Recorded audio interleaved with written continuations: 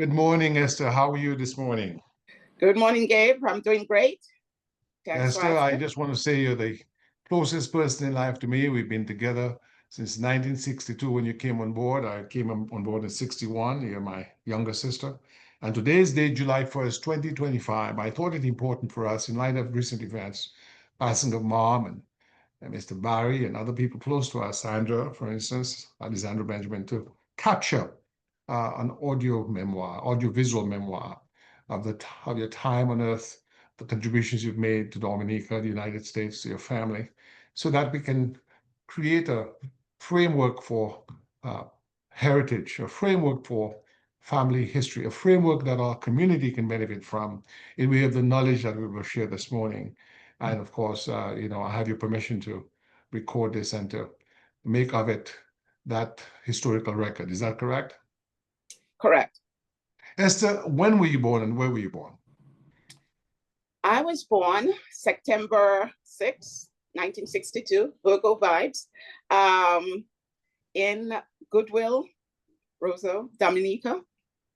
Were you born at the Princess Margaret Hospital? Yeah, if you want specifics like that, definitely. Yeah, I was born at PMH, Princess Margaret Mhm. Hospital, at Queen And School. why was it called the Princess Margaret Hospital? If you can give us some insight to those who will listen to this but may not know about Dominica. So Dominica was a former colony of Britain. Um, and one of the princesses of Dominica, of one of the princesses actually, um, the sister of the Queen, Elizabeth, was Margaret. And the hospital was named after Margaret, Princess So Margaret, Margaret and was hence Elizabeth's Princess only Margaret sister. Hospital. Excuse me? Margaret was her only sister, Oh, Margaret was it only two of them? just two of them. Yeah, so There are no, Margaret there are was no, there the there are no sister. brothers. If there was a Yes, brother, the brother would have taken primacy. You know that, right? right. That is true. That is true. Yeah. So, yeah, Yes. one sister. Yes, indeed. So when you don't have a king, then you have a queen. And you were named Elizabeth. Why would you be named Elizabeth? Well, my naming, they say that one's name actually tells so much of one's personality. But my name, Esther, um, is after the biblical queen, Esther. Um, what is so unique about the name Esther in the Bible is that she was considered a savior for people. She was actually, at that time, the Jews were under Persian rule, and the the king at that time was smitten by Esther, and she was able to, lead to her being, her presence was able to provide quite a bit of freedom for people. And my dad named me Esther, supposedly, because he had four boys, and I was the first girl after my eldest sister. So there was my eldest sister, Crystalline, and then there were four boys. And so Give when me I the came names of the about, boys. excuse Give me me, the names give me the names of the boys. the So name was Crystalline was the first. Crystalline was the first, and then there was Wellsworth, my eldest brother, and then there was Lesson, but there's Lesson, Sam, Gabe, and then I came along. And when you say And Sam, you mean Samuel. And when you say Samuel, Gabe, you mean Gabriel. right. So I was just giving the shortened version. Um, Yes. and Yes. then I, when I I want came you to give the along, then full names obviously in the I future. said I I came want you to to give save the one girls. second. I want you to give the full names in the future because this is being recorded for posterity. And so for you and I, of course, we know what it means. But for those who may not, I wanted to have the full names. And then later we can use maybe the shortened form. Okay? Okay. Are we Yeah. editing this afterwards?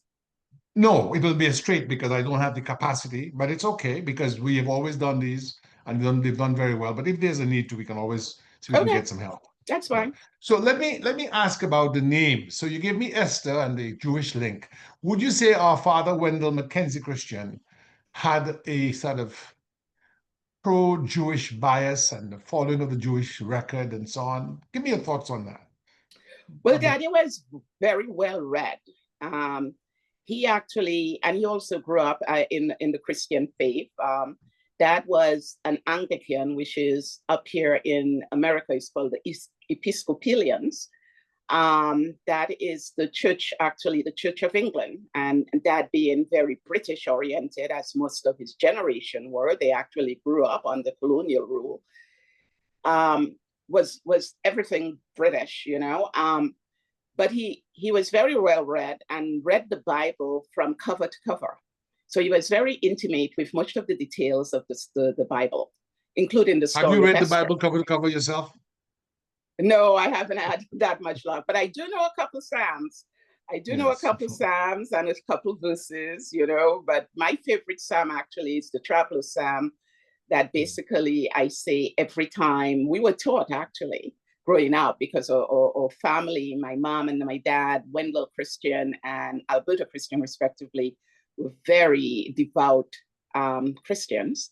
Mom was a Catholic, and according to the Roman Catholic protocol, when she got married to my dad, then all of us as the children were raised as Catholics. But the advantage we had, because our dad's church was just literally down the street, perhaps like about a block, if that much. And those of you who are familiar with the Anglican Church in Dominica, to its proximity to the Roman Catholic Cathedral in Roselle, we would get an opportunity to worship with Daddy, you know. And what I really enjoyed worshiping with Daddy because children were kind of recognized a little bit more. You could go up for communion, even though they did not give you communion, but we could accompany Dad to the pew. You know, they knelt at the altar, and when they brought the communion, they would actually give the kids a blessing. They also, well, listen, I'm not sure about you, but I remember getting wine and the host of bread at the Anglican Church, even when I was young. So I don't know why they did that, but I wanted to say to the listening audience that the Anglican Church was on Turkey Lane next to the fort, the British fort, Fort Young, which is now a hotel.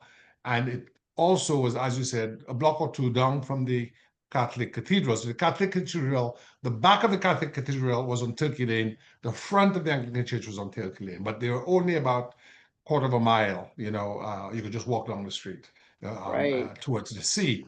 But they would give us wine and host. But the Catholic Church was very crowded. It was a church at the time, I think maybe 90% of Dominicans were Catholic, only 10% for the other churches, as in Methodist, Anglican, and other Protestant. There weren't many Pentecostalists or Seventh-day Adventists in those days. That's what our father called wayside churches. Is that correct? Yes, but let's not miss one of the big advantages, at least I felt as a kid, growing up with, you know, visiting the Anglican church, was they had padded pews. So no, in Esther, the Catholic they church, had a square blue cushion, a square blue plastic cushion there you go, that you placed on the ground. So you had your own cushion that you knelt on, so your knees were not being squeezed by the mahogany boards of the kneeling part of the furniture at the cathedral or the other Catholic churches. Here, you had a blue square cushion with a little holder on the end. You could just pick it up, but you put it, and that was very comfortable. So that was a great delight because we didn't have to have our knees pinched. And then also as kids, we could double up on it to give us height. So we could actually be right up there with the when we're praying. So yes, to pray. Yes, yes. So that was great. I just want to say this is a very fascinating bit of insight into the differences in the Catholic Church when we were growing up. They did not give you wine because I guess there's just not enough wine for all the Catholics on Dominica. Yeah. Because the wine, we did not make wine. The wine was imported. Is that correct? Right. So that would have to be a lot of barrels of wine we'd have to import for all the thirsty Catholics. But the Anglican Church, by the time we grew up, it was a church where I do not recall maybe in any Sunday service more than 100 people. Am I correct? Yeah, I would say that. I agree. I agree. Yeah. Yes, So indeed. it was the church of the old British colonial administrative elite and children and people from the Leeward Islands, like Montserrat, St. Kitts, Antigua. Why would that have been important to note? Repeat the question, sorry. That they were people who were of the British, the white British administrative elite, descendants of those persons, and children from people from the Leeward Islands, like Antigua, Montserrat, St. Kitts. Why is that important to be noted for our family's purposes? That's why Daddy was an Anglican. Because Dad's family, my grandfather actually originated from Antigua. He came to Dominica to serve as a policeman because in those days, not many Dominicans were serving in the law and order force. So that's my grandfather came in to be a police officer. And grandmother, both grandparents, Both both paternal grandparents, yes, grandparents were yes. Antigans, Well, some place in Antigua. his wife accompanied him. Yes, So burial. They yes, came from a place exactly. called Boland's Village in Antigua. Is that right? Yes. And he came to Dominica sometime in 1914 and actually had with his wife the following children: Idris Christian, Henkel Christian, Lemuel McPherson Christian, Ruby Christian, Wendell Christian, Floss Christian, Clement Christian, and Daisy Christian. That's the family he had with their mother. Is that right? Yes. And as you're aware, he was married multiple times. And Yes, his first so wife died. His there, mother died when he was young, and then he married, I believe, T.Z. Etienne, and then Miss Laurie Barron. mhm. And with T.Z. Etienne, he had Joshua and Isaiah Christian. He also had Jeremiah Christian. But he also had Auntie Tamar, Auntie Drina, Auntie Batilia, Auntie Megan, Auntie Rebecca, Jeremiah, uh, Bennett, and son, I can't remember son's name, but he Yeah, I had can't a remember. very, We yeah, so the, it's interesting because nicknames you use nicknames so often, in Dominica, sometimes remembering the person's regular name is a bit of a challenge actually. So tell me the earliest memories you have of Dominica. And at that time, we were British subjects. We were under British colonial rule when we were born. Is that correct? yes, Because Dominica only became independent about 2 decades after we were born. Is that correct? yes. Okay.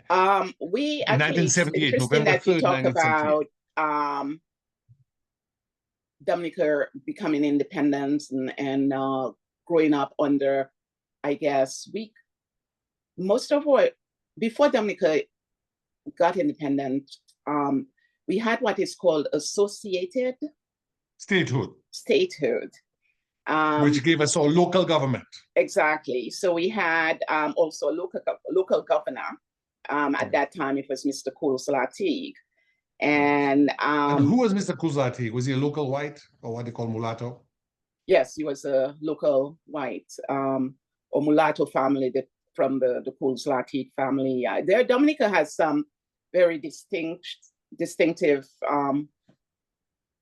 I guess that's the plantocracy, the land class, The landed um, class. Mhm. So the or merchant class. You had the Cools Latigs, you had the Greens, and feel free to help me out because I'm going to get So stuck on that. Dominica was a former slave society which was made up of Africans who had been enslaved, captured in Africa, sent to Dominica to work plantations to grow sugarcane.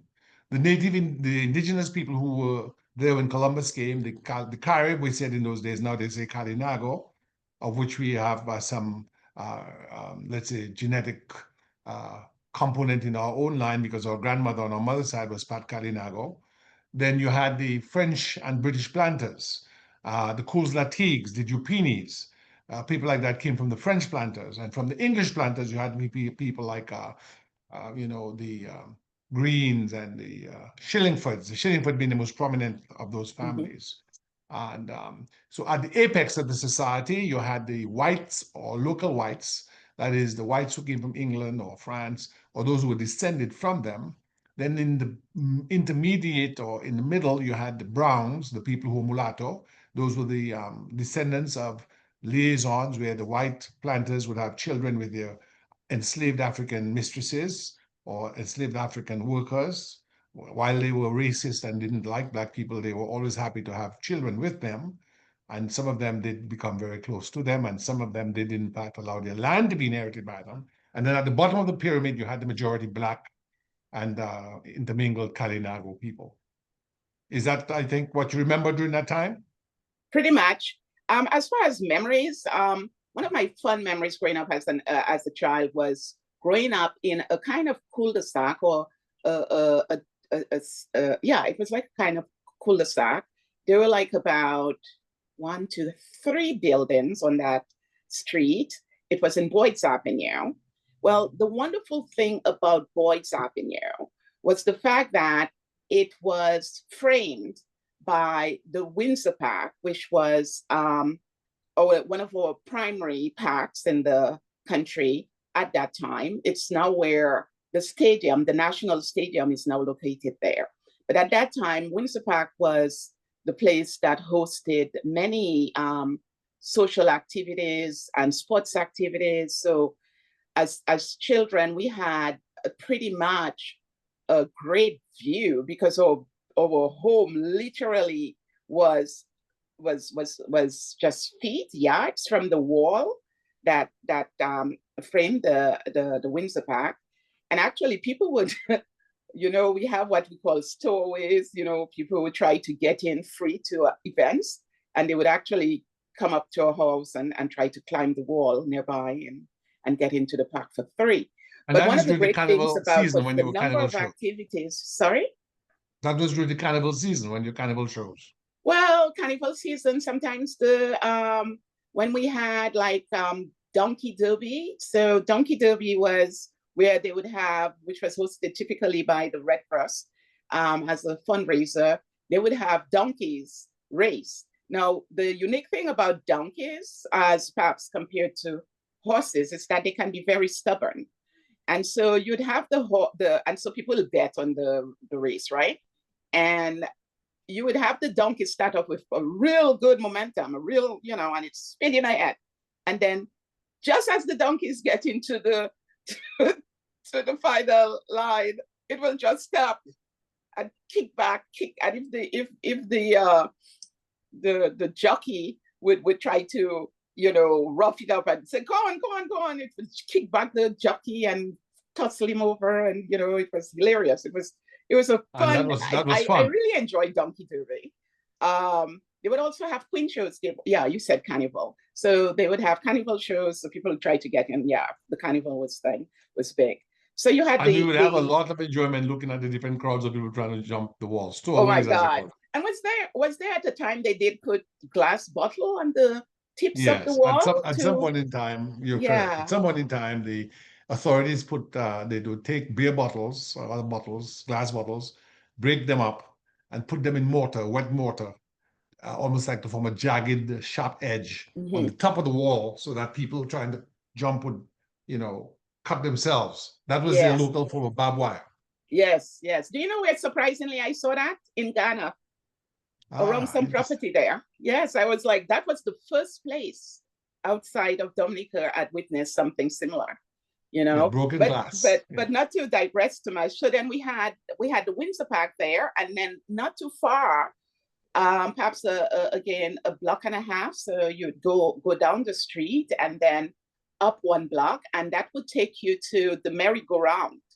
And the merry-go-round was kind of a national, at least it was for Roseau and its environs, the biggest playground in the area. And stop, stick a pin in that, Esther, because to this day, we have nothing to compare.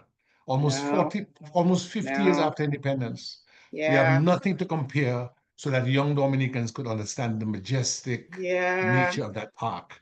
Can you yeah. describe some of the apparatus for Oh younger my generations to God, it understand? was just so, as a child growing up, it just fueled your energy, your creative energy, your joy. My big ones, there were swings. And when you're being swung, going up into the air, you just feel, you're like soaring for a while like a bird.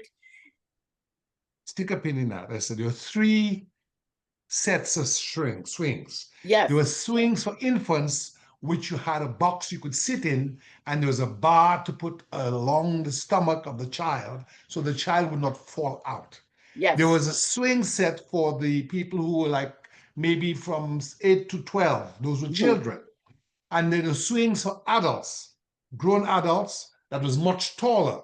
Yes. Right? Right. So you had three tiers. One's for adults, grown people, one for, teenagers and little children, and then one for infants. Yes. I never forget that.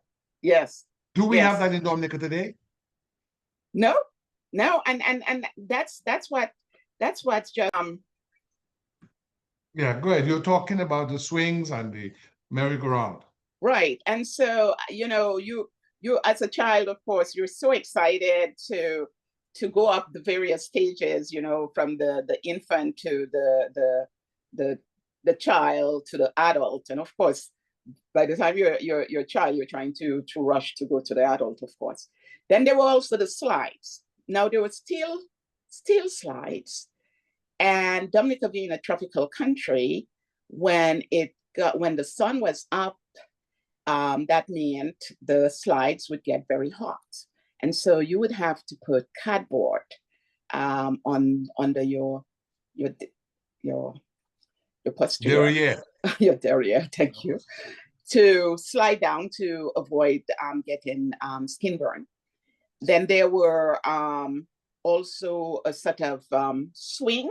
A horse. A horse. It's called a horse. Okay. When you sat down, you straddled it like you straddle a horse, and you held something, and then it would go from left to right. Exactly. But the bigger guys would like to go on there and play rough, and so us as the younger kids would avoid it much. And then there was also the merry-go-round, which was central to the park, that you would obviously spin around. It was spinning. You'd stand in the middle, hold the bar, and then you'd be spinning around. And then when you finish, you'd be all kind of dazed, because of course it would knock you off your equilibrium. Yes. So steady your feet. Yeah. So on a Sunday afternoon, give us a sense of the flavor of that park on a Sunday afternoon. So you would go, dress up pretty much in your decent clothes and go out with your parents and, take a stroll. There'd be vendors selling, pistache, which is roasted peanuts, actually. And then, sometimes you'd have some vendors around the corner. Wasn't there Frenchie selling his popsicles? Frenchie was a former member of the French resistance during World War II. About 30,000 French soldiers, sailors, and French resistance supporters came to Dominica for help because France had been defeated by Germany, and the two islands, Martinique to our south and Guadeloupe to our north, were ruled by the French collaboration regime Vichy under Marshal Pétain, and in Martinique, Admiral Robert. So these people who wanted freedom for France came to Dominica, and some never went back after the war. And Frenchie stayed there. His name was Francois Jumondois, and he had some girls. He looked like he had Indian heritage. He had very, what they call coolie hair, and he had a pickup truck, and at the back of the pickup truck, he had a machine, a snow cone machine. And whenever there was a cricket match or football match or at the merry-go-round, he lived not far from us on Valley Road. He would be there with his machine at the back of his truck making snow cones. Exactly. Snow cones and I mean, how refreshing, Gabe. I mean, so appropriate. I mean, because you're out there and enjoying all those different,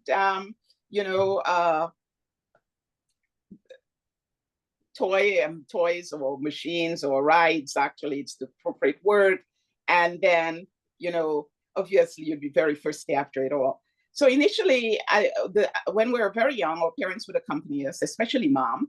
And then as we grew older, then our older brothers, Wellsworth and Lusson and Sam would accompany us. And then eventually we went on our own. Now, on occasions, as with unfortunate as it may be, you would have the bad boys, the bullies, and they would come and either spin the the merry-go-round very fast at a very increased speed, and it's to the point that little kids would pitch out, from the merry-go-round and hurt themselves. Or the same thing with the whatever you call that thing. I can never remember. I guess Was it in a those days boat? we didn't have.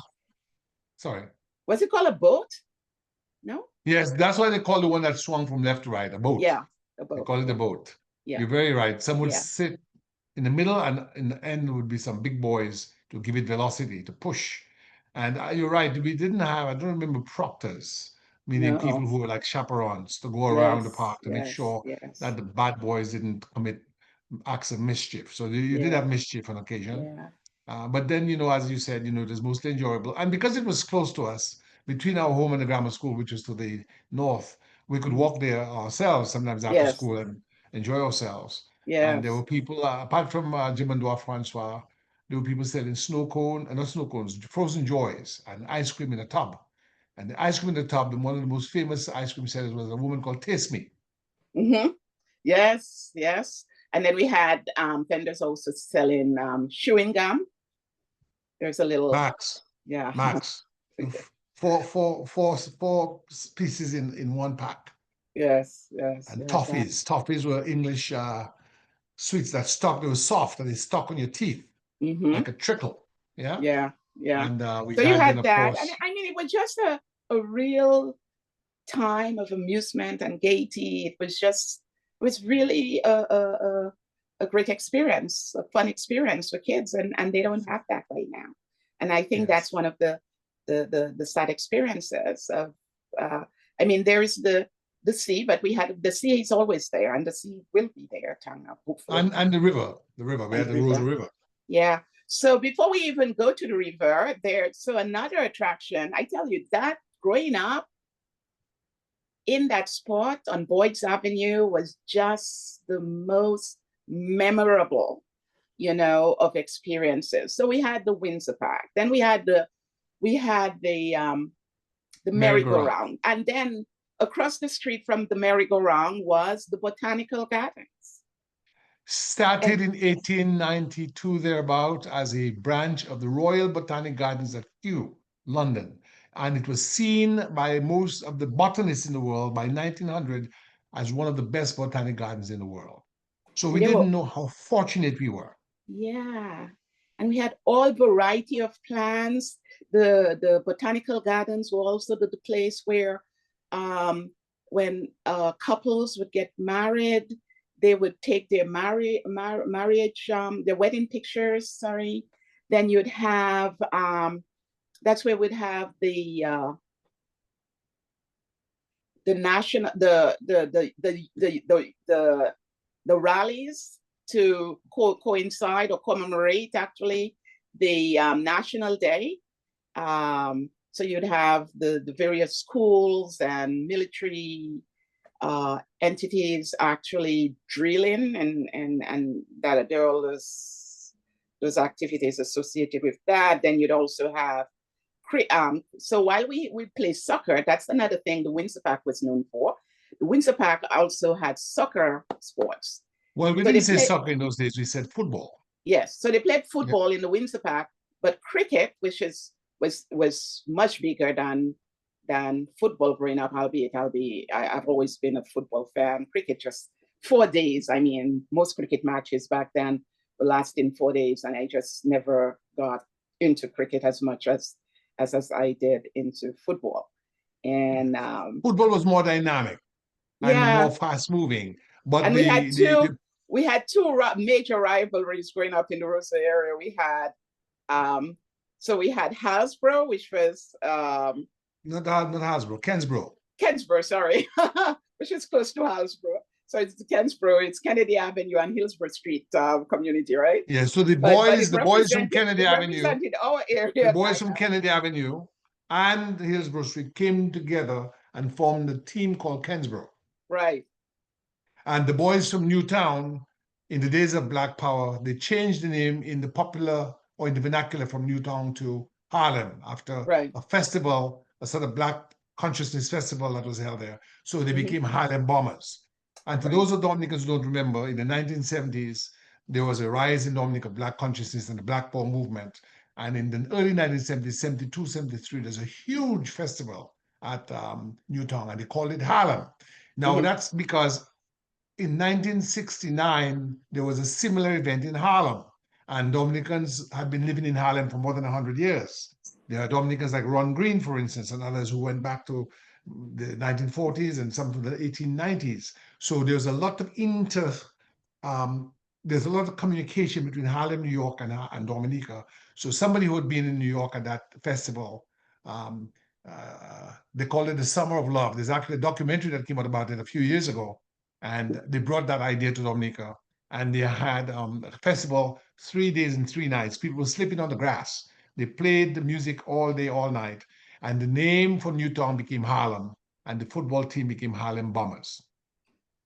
Amazing, isn't it? And that's where it just reinforces what we always knew, that Dominica, what did it say?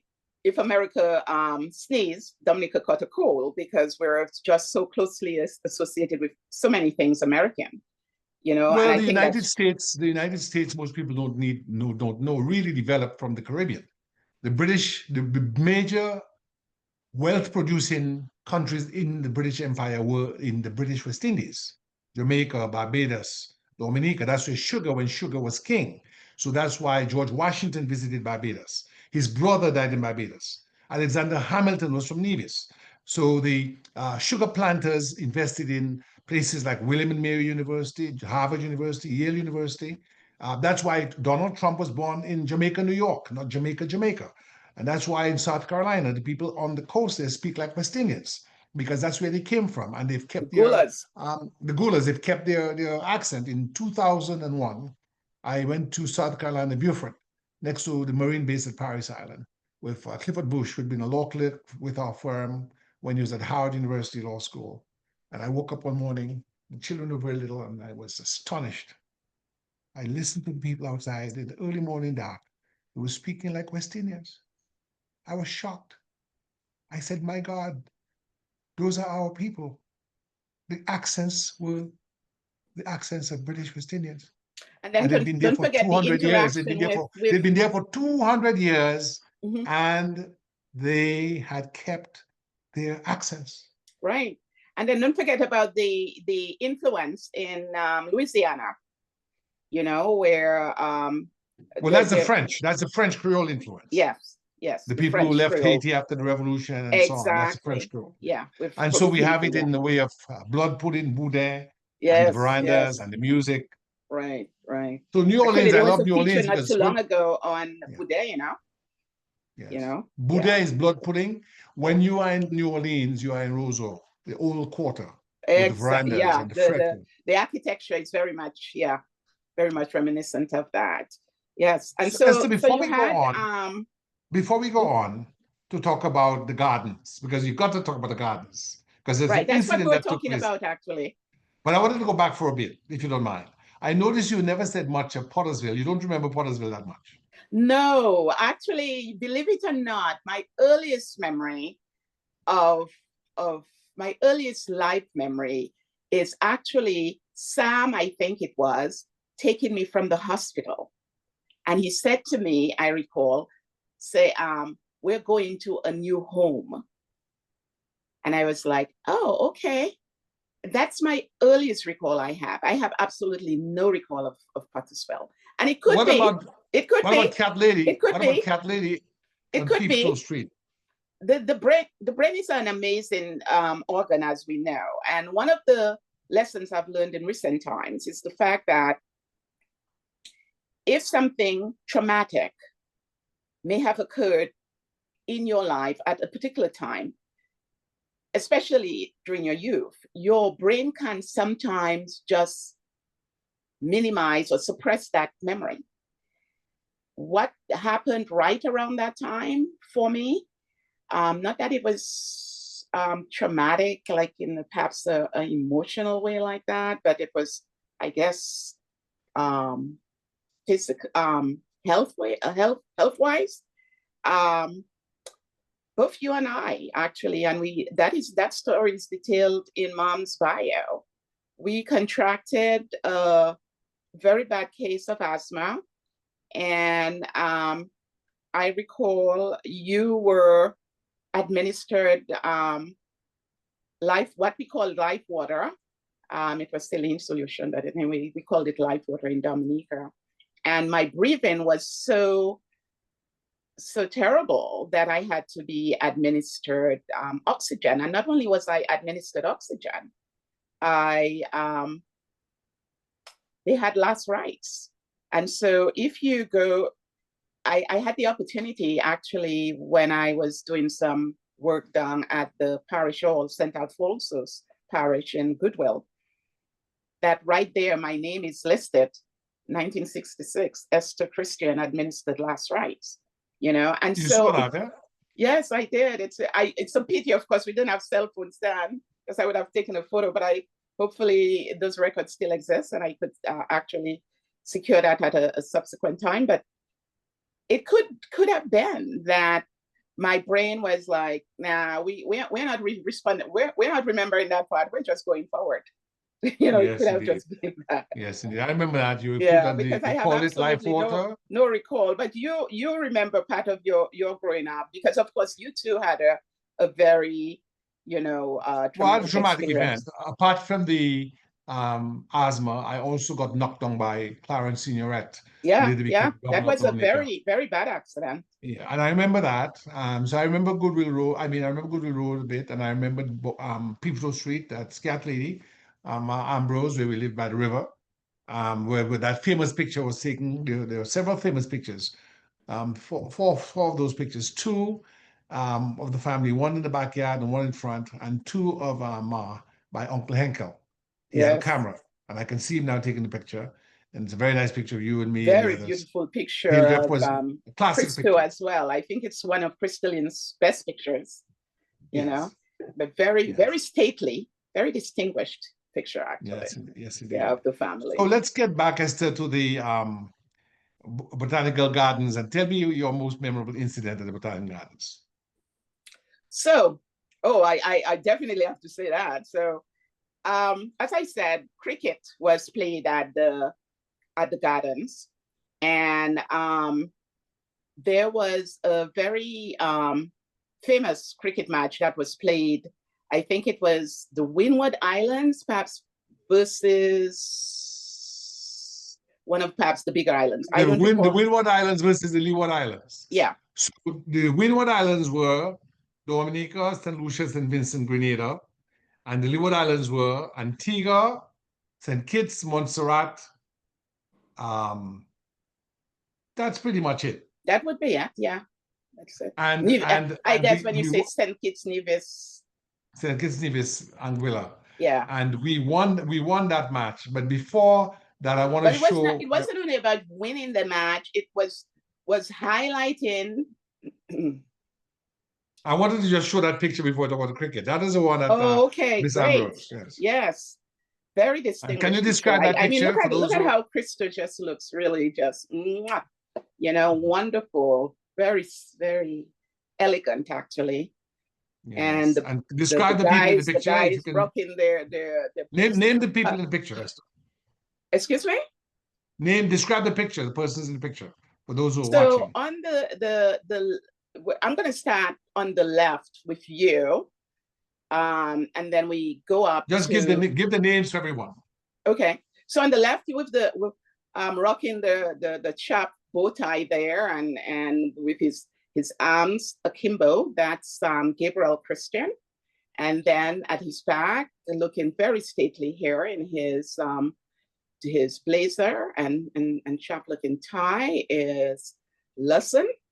And next to Lesson is my eldest sister and the eldest of the family, the first of the family, my sister, now deceased, unfortunately, Crystalline Christian, looking just extremely elegant. Christo, as we nicknamed her, was developmentally challenged. Of course, you can't tell that looking at that photo. And then you have next to her, the second in the family, Wellsworth, who ended up being the first Benetarian in the island, the first vet, and again, distinguished with his jacket. And Then next to him, we have Samuel Christian, who is a general surgeon.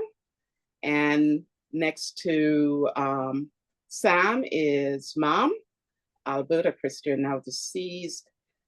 By the way, Dr. Wellsworth Christian is also deceased. And then we have my dad, Wendell Christian, also now deceased. That was just a really, really lovely. You couldn't ask for better dad. And love that, and love Mom as well. and yours truly, Esther, Miss Fu, Christian Fufu. Fufu is named after a hummingbird in Dominica, so there's a hummingbird.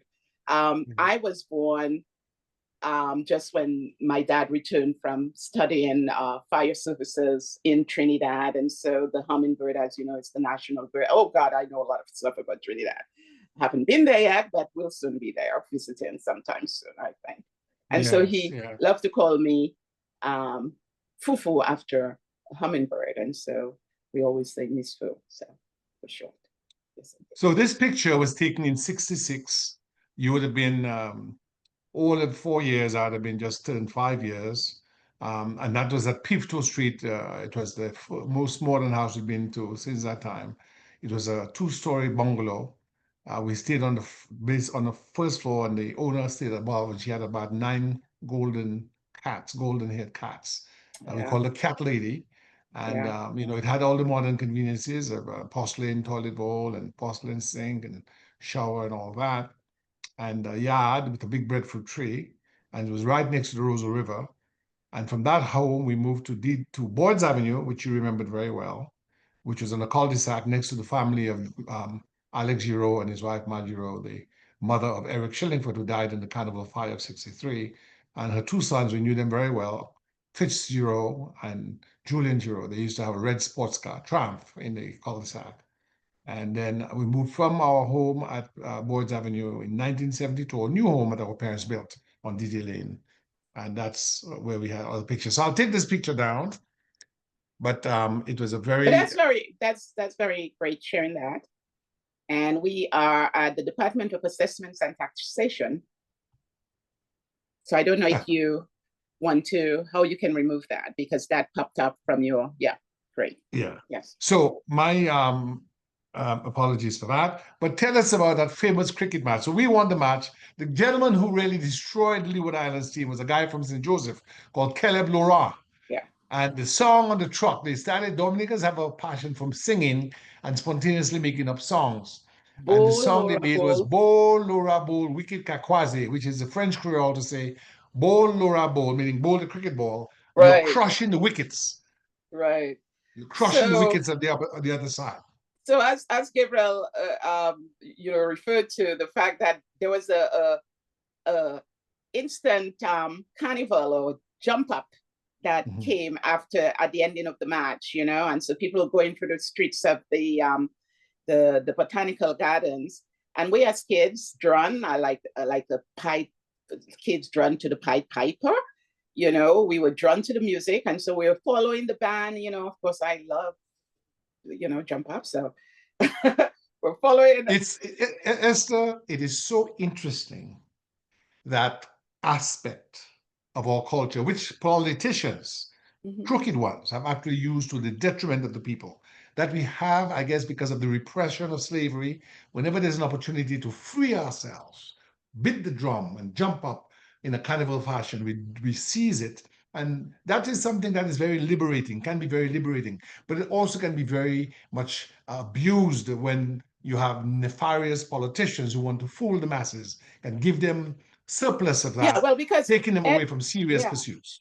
Anything done in excess is good for nothing. Anything done in excess.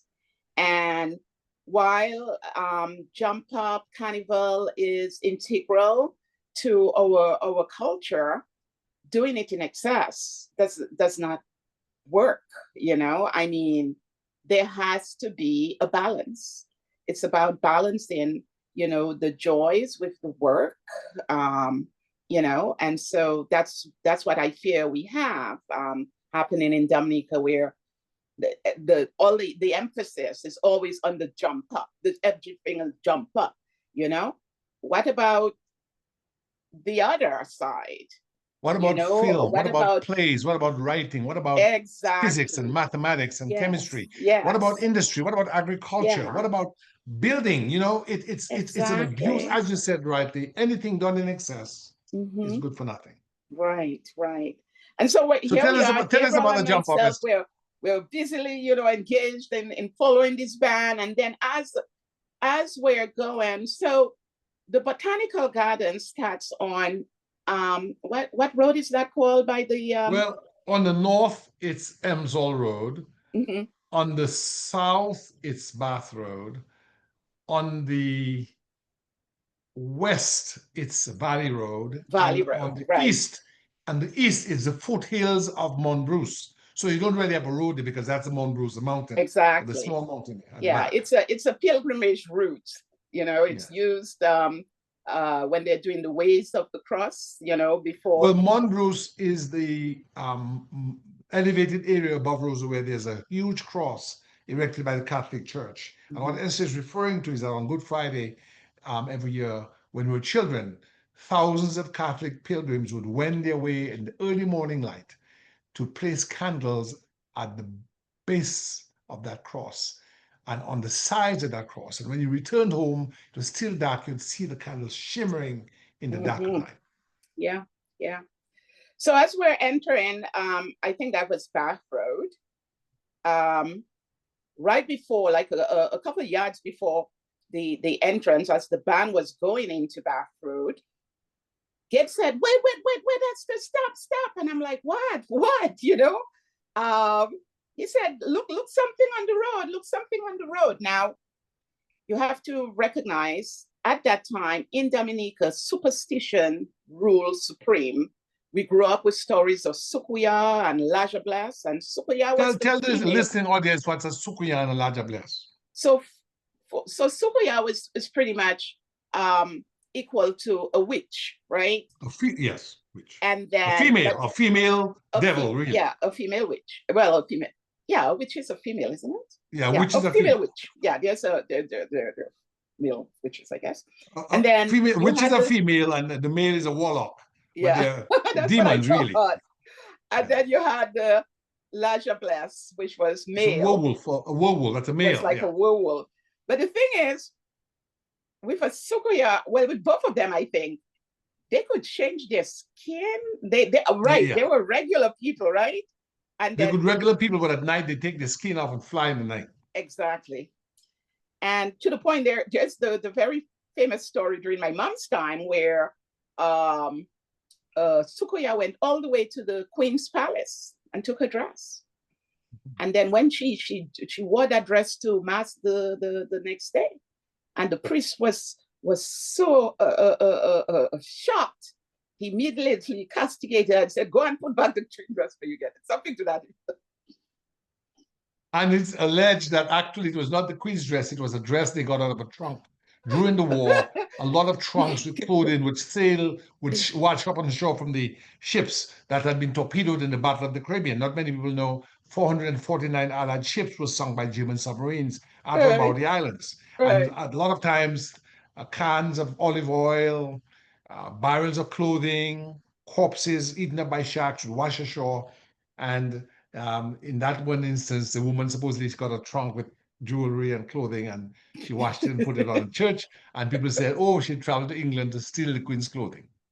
But anyway, not to move too far away from the story. So Gabe says, stop. And now, of course, it's getting to dusk, right? So the long shadows from the trees are forming, you know, and when he said stop, I was like immediately stunned as to what's going on. And he said, "There's something on the road." And I look, and sure enough, there was a mark. There was something on the road.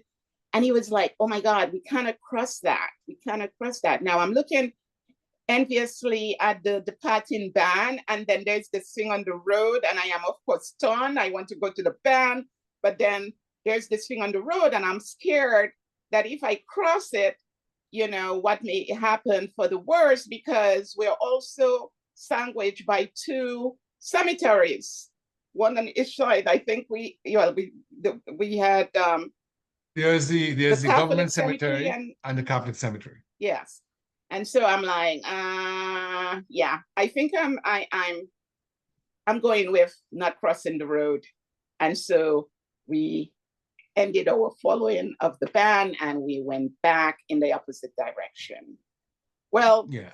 I was thinking about that recently, that incident. And I recall as children, we had seen this movie called The Devil's Bride, Right. which was a very, very unsettling. Now, granted, it was a very unsettling movie. We had been We used. had seen it at the new Arawak Cinema, and the starring was Christopher Lee. Oh wow. Okay. Gabe has the knack for details that I don't, but And you in see, that I'm sure movie you yesterday, understand they already. drawn a circle on the ground. The people were in it, and the devil couldn't cross to come in. So, Exactly. so in our minds, there was this thing of what's on the ground that might be potent and may have some Yeah.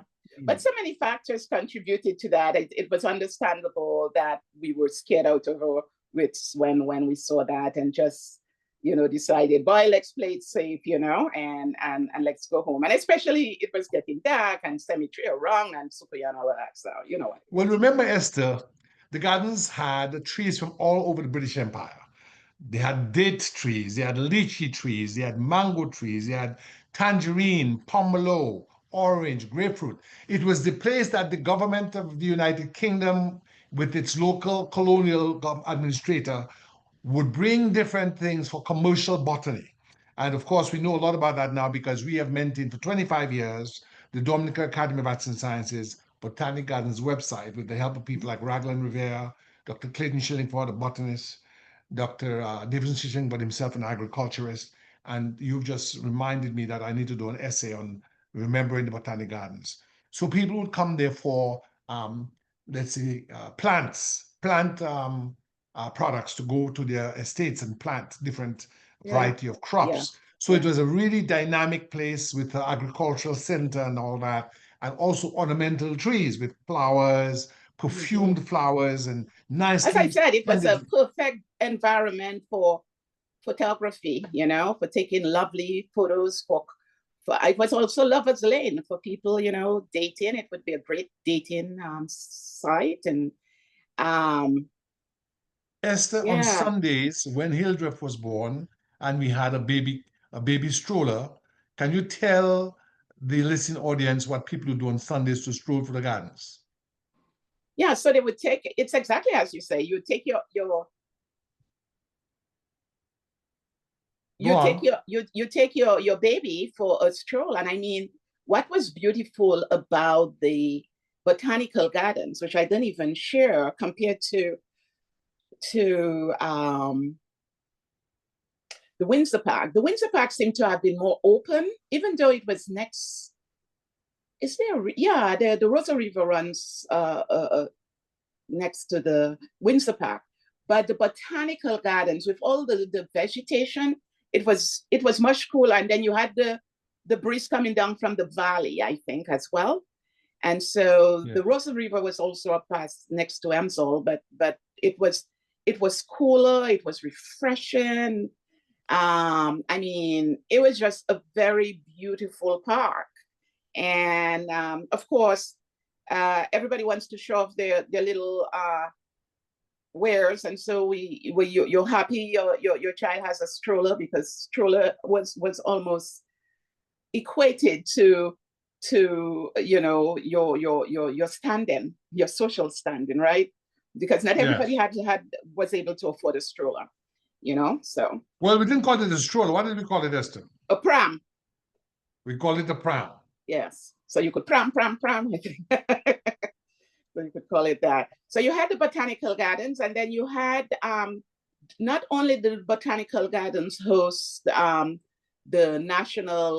um, National Day rally, where you'd have the youth and the military, but you'd also have the cultural events where the people coming in and doing the cultural dances like warp duet and quadrille. I never liked quadrille. Quadrille is very Yes. slow. That will be on the afternoon of the National Day Parade. So the parade will be in the morning, right? And Mhm. then in the afternoon, the government will have a stage that they had built in advance, and they would have different what you call events like the ballet, the quadrille, the me say quick, finish Yes, it, it's a quick quack, quack, which was like kind of French Creole jokes, given to right? people. They would give their thousands of people with vendors selling frozen joys, ice cream, uh, uh, cakes, Right. tablets, coconut And cakes, and then so we on. also had a very memorable, and I'm going to defer to you, Gabe, to talk more about that. I know it's my recording, but your recall on it, I just remember it just being amazing at the number of things. And I'm talking about the Carrie Fester. The most Um, memorable thing was not Carry Fest, it was Expo 69 for the Windward Expo Islands. 69. Okay. So Okay. each of the four Windward Islands, St. Lucia, St. Vincent, Grenada, Dominica, had booths, and Grenada had the most what I say, Splendid. expansive and dynamic and creative booth. It was a huge two-story nutmeg that had a Yes, cylindrical yes, stairway yes. going from the They first they floor they they to the really they next. really show up they really showed up Grenada their was the best. spice Grenada went aisle, all their out, spice the aisle spice vibes. aisle. Yes, And indeed. when you stepped in there, Esther, you smelled nutmeg and cinnamon. Mm, mm, mm, I can smell mm. it right now. Yeah. And we'd go there after school in the afternoon to get what? Samples.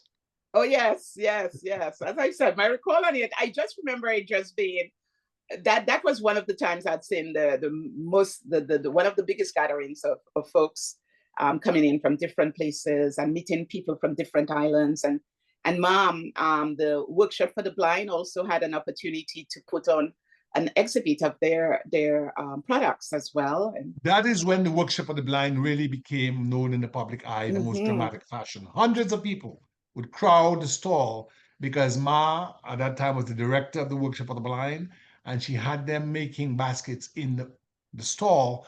And somebody said, how can they be making things and they cannot see? And someone Yes, said, they're yes. seeing with their hands. Yes, yes. So that was a fantastic memory. And then, so do excuse me if most of my early childhood memory is focused on that time in Roseau, at Boys Avenue, because I have not even touched the fact that Daddy, the fire brigade Headquarters headquarters was was just what, 500 yards? About 500 yards, just exactly across the around the street. corner. I mean, how blessed was that? Now you have to understand, fire officers at that time um, did not. It was not like a 9 to 5 job. You worked overnight, and actually you worked a number of days, and that sometimes had to be transferred to the other locations, like in Portsmouth or in at that time Marigot, with the And other two locations. I don't know if there are any other fire stations around the island now, but I know there are a growing couple up there were others, only but three. in those days, there's only Roseau headquarters, Yeah, Portsmouth sub headquarters, and the airport. yeah, So he was sent to Trinidad in '62 for hmm airport firefighter training at Piaco International Airport in Trinidad right, and on Wrightson Road, which was the headquarters of the Trinidad Fire Service. yeah. And to this day, his best photograph in uniform is not in the uniform of the Dominica Fire Service. It's in the uniform of the Trinidad Fire Service. Oh, He took that okay. picture he took that picture, he said to me, he had gone to the funeral of a fireman who had died in a fire in a place in Trinidad called Maraval. Mm. And when he came back, he said, the chief of the fire service in Trinidad said, Christian, you look like a prince. And he ran to a photo studio in Port of Spain and took this picture, which I'm going to show. And you do Um, have to uh, understand Dad had a love for photos. well, he understood the importance of history and record keeping. That's Yes, the picture. yes, You yes. see? Yes. Yeah, He he was does a look summer. very regal in that photo Yes, there. yes. This is the essay done by And of Judge course, Irving Dad was Andre a handsome guy, so when Dad died in plus. 2011. Judge Andre did this very nice picture for him. I mean, very nice article for him. And of course, that picture was shown. And there's another picture of him in the Dominica Fire Service uniform next to the truck right there. Yes.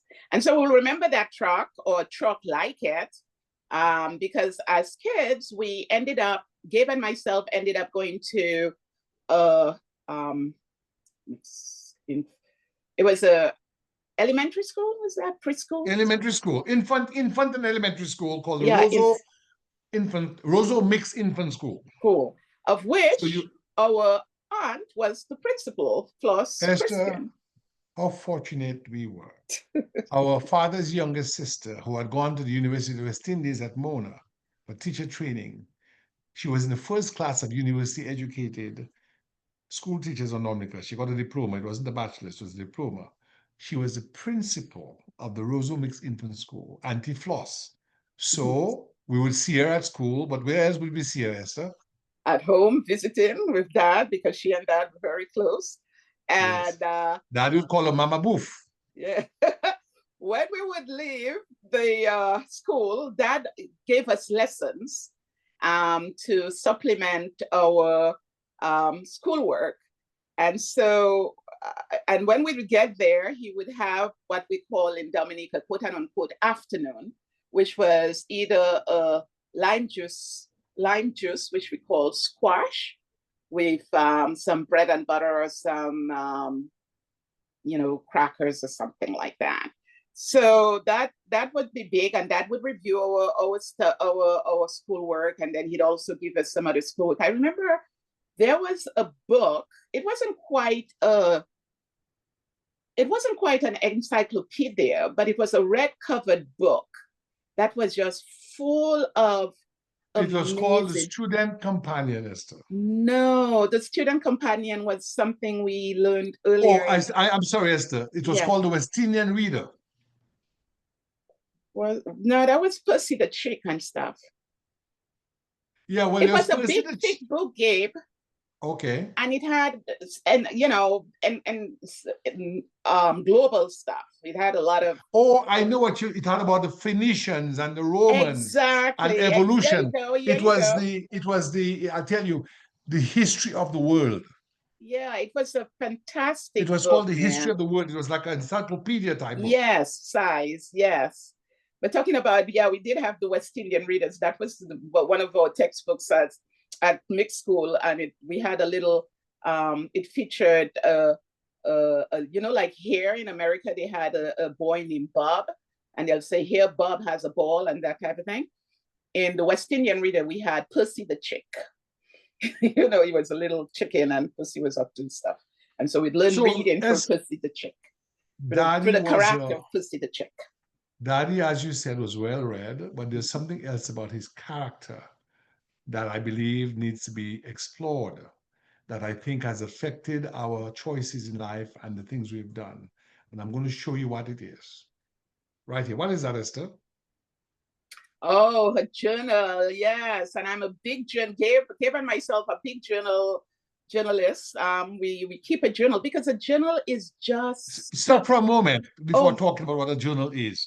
Whose handwriting is that? That's my dad's. Dad's keeping a journal, and Gabe, bless his heart, was able to secure that journal, and so we could look back at any given time during that time period of my dad's life, and he's talking about, his life.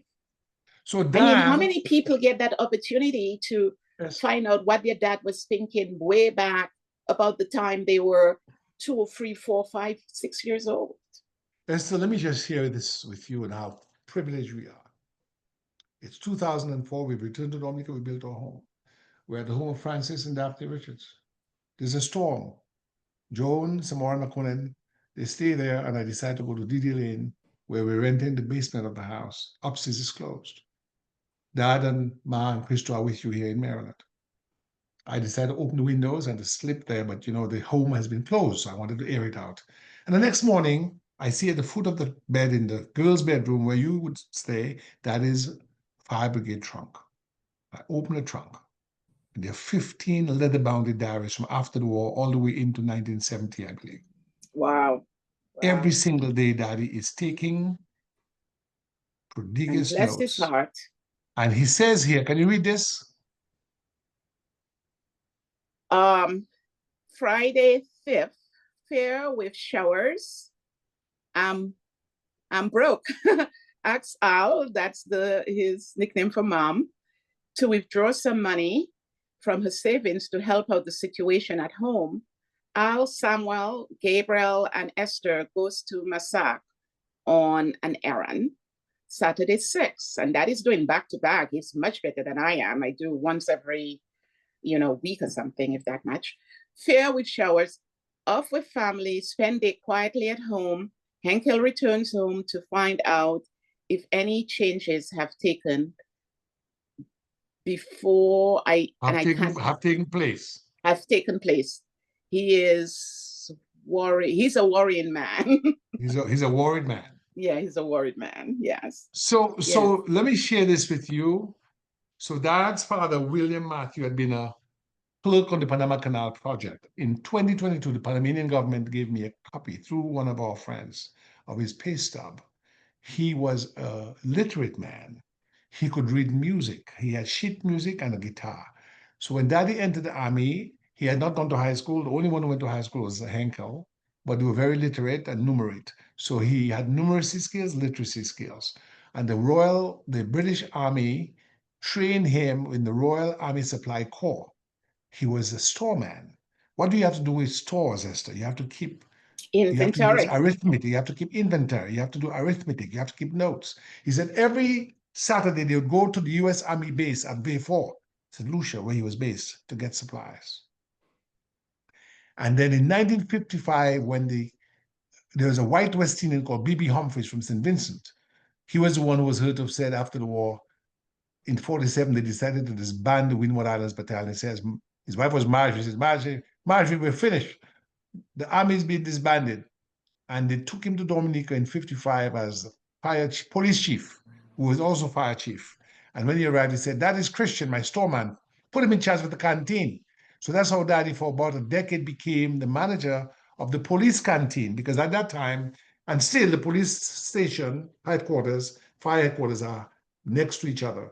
And Yeah. he used to be, when we were children, he was the manager of the canteen. And we used to get, I remember, Australian butter, New Zealand cheese, corned beef, and then he would be on the table.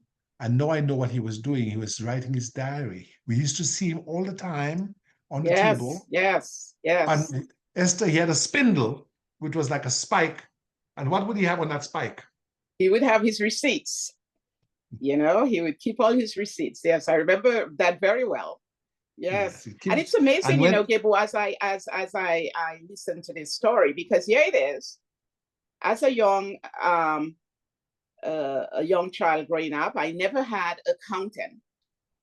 Never had that in my I perhaps didn't even know what an accountant was, essentially.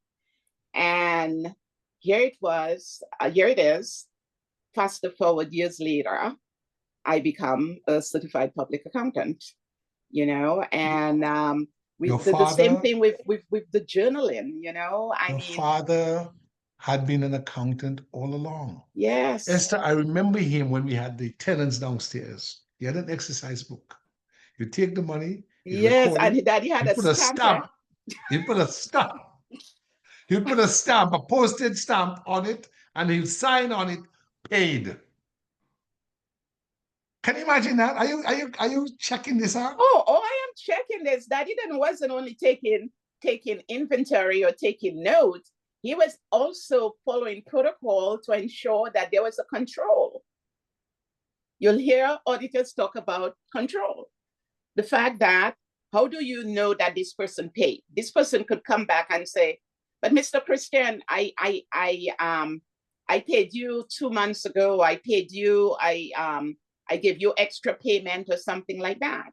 And if you don't have that record, it's your word against the person's. But no, he could easily say, here's my book, and here is the stamp and everything like that, that indicates that payment was made, and it was made on that date. So show me where you made an extra payment. Show me. Esther, take this moment, therefore. As we've seen the diary record of Dad, or recall of his accounting skills, his time in the British Army as a storeman on the B.B. Humphrey, and had the police service as the manager of the police canteen. Speak to the nature of the home within which you grew up Well, and the discipline.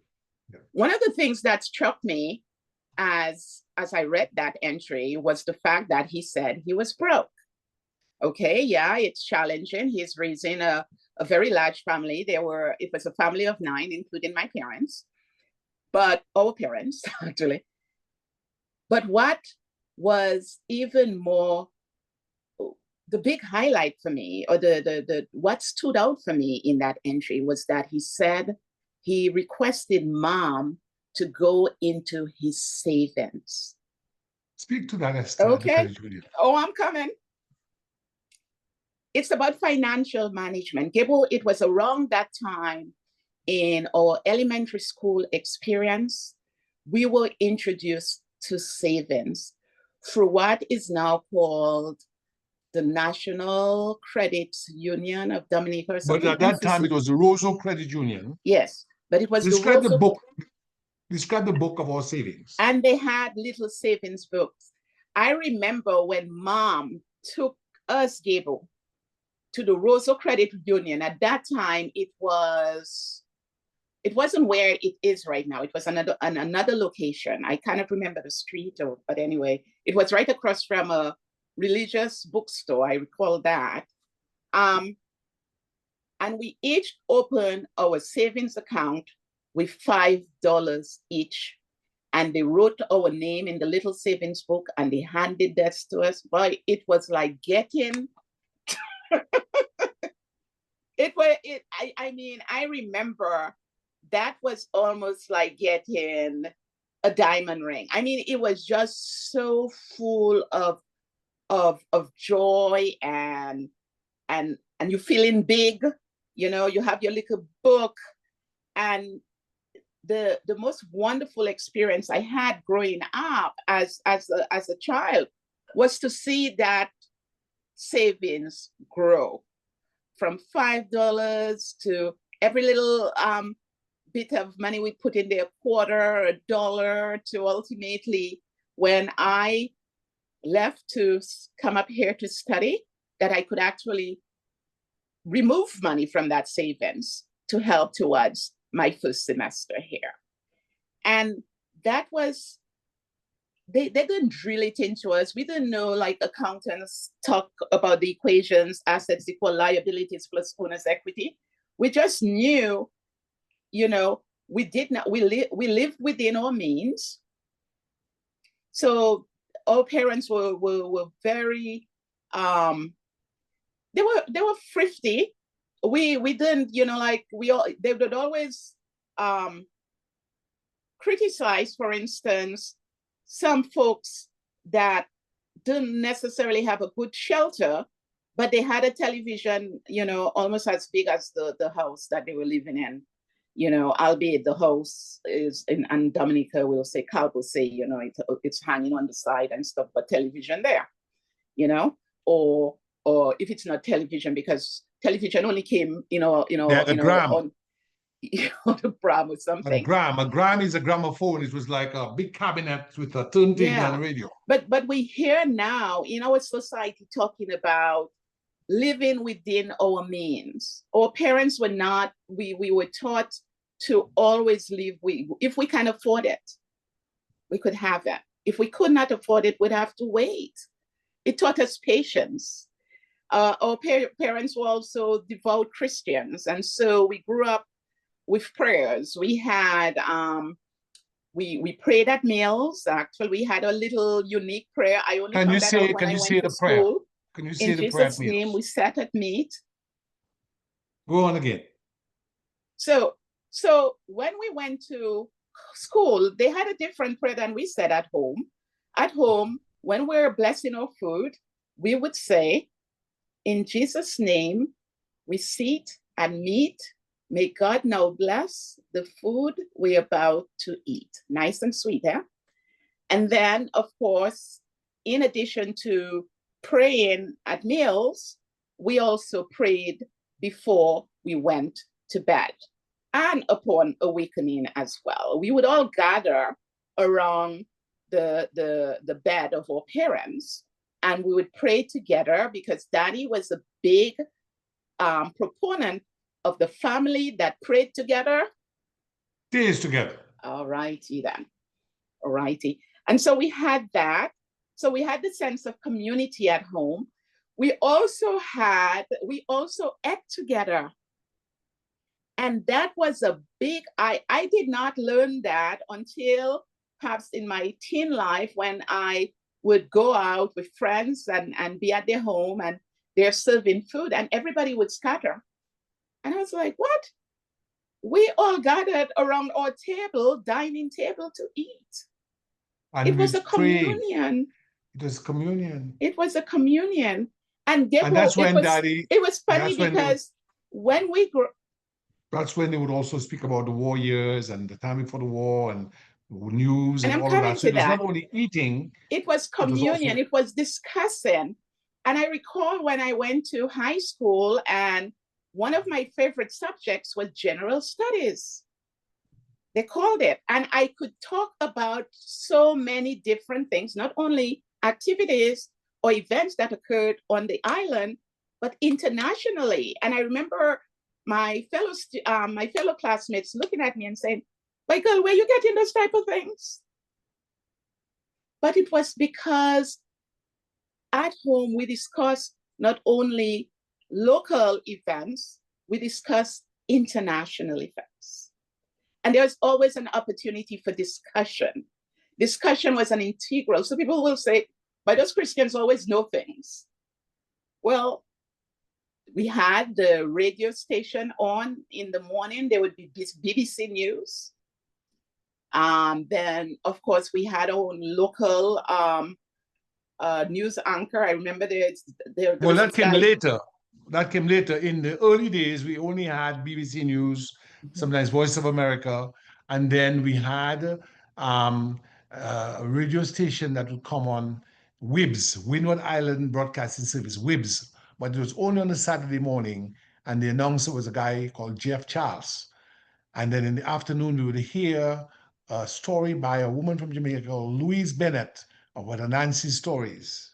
Oh, and I love me, Miss Bennett. Oh my God. And I think that this just fed our creativity in so many ways that we couldn't even imagine, you know. And we also developed our attachment to the library. We, at a very early age, again, we were introduced to the library. We got our little library cards, and I recall, I'll never forget, we were only limited in the children. So there was the children's library and the adults library. And in the children's library, you're only limited to one book at a time. But what we do, because we were such voracious readers, we would actually read the book really quick and return it so we could get another one. You know, sometimes we'd read 2 or 3 books in one day.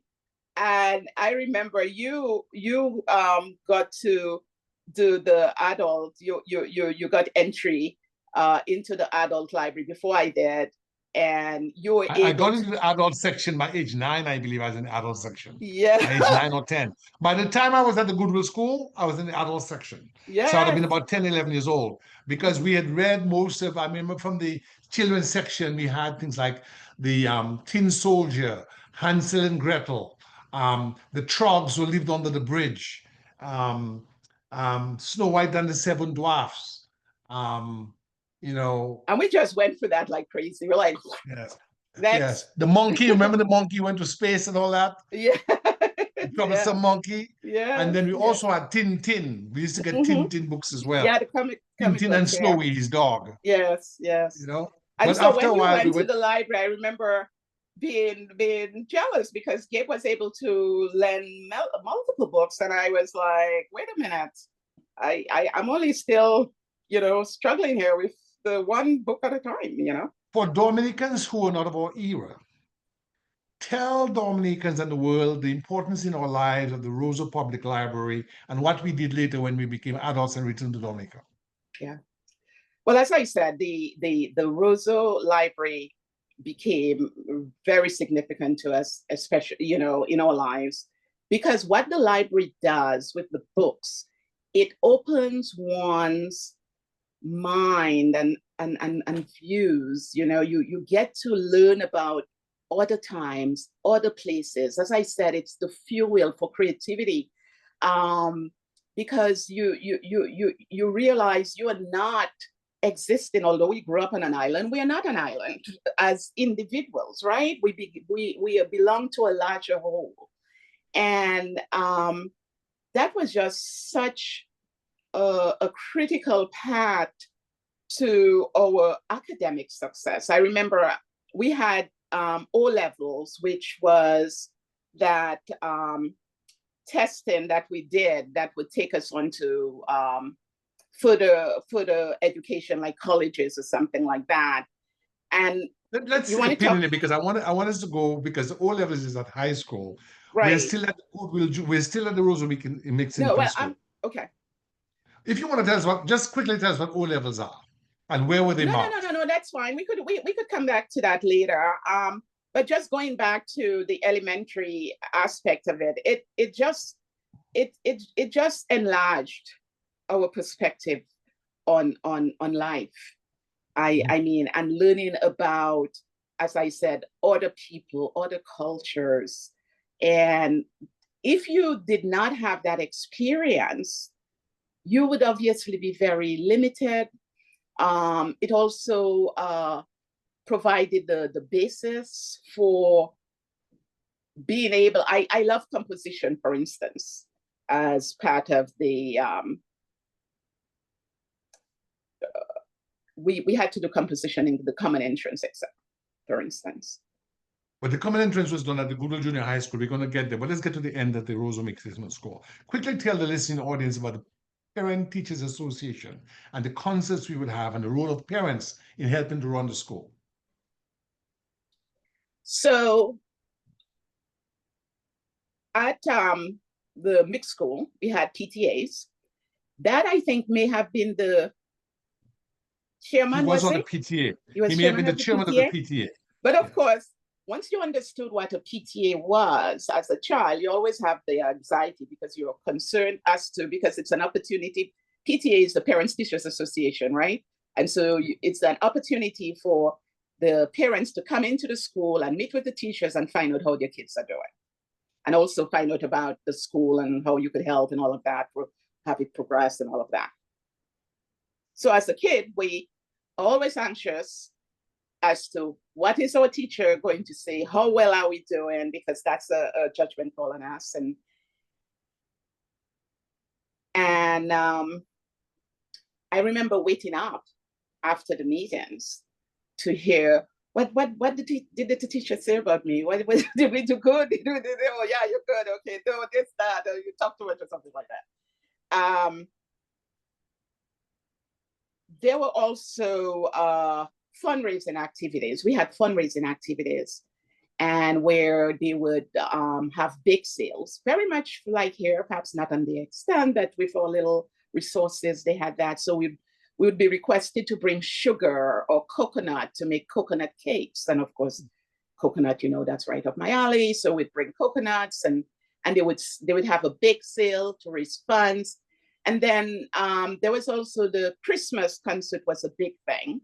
I remember there was a famous part of the program where you had the various letters of the word Christmas, like C is for the Christ child.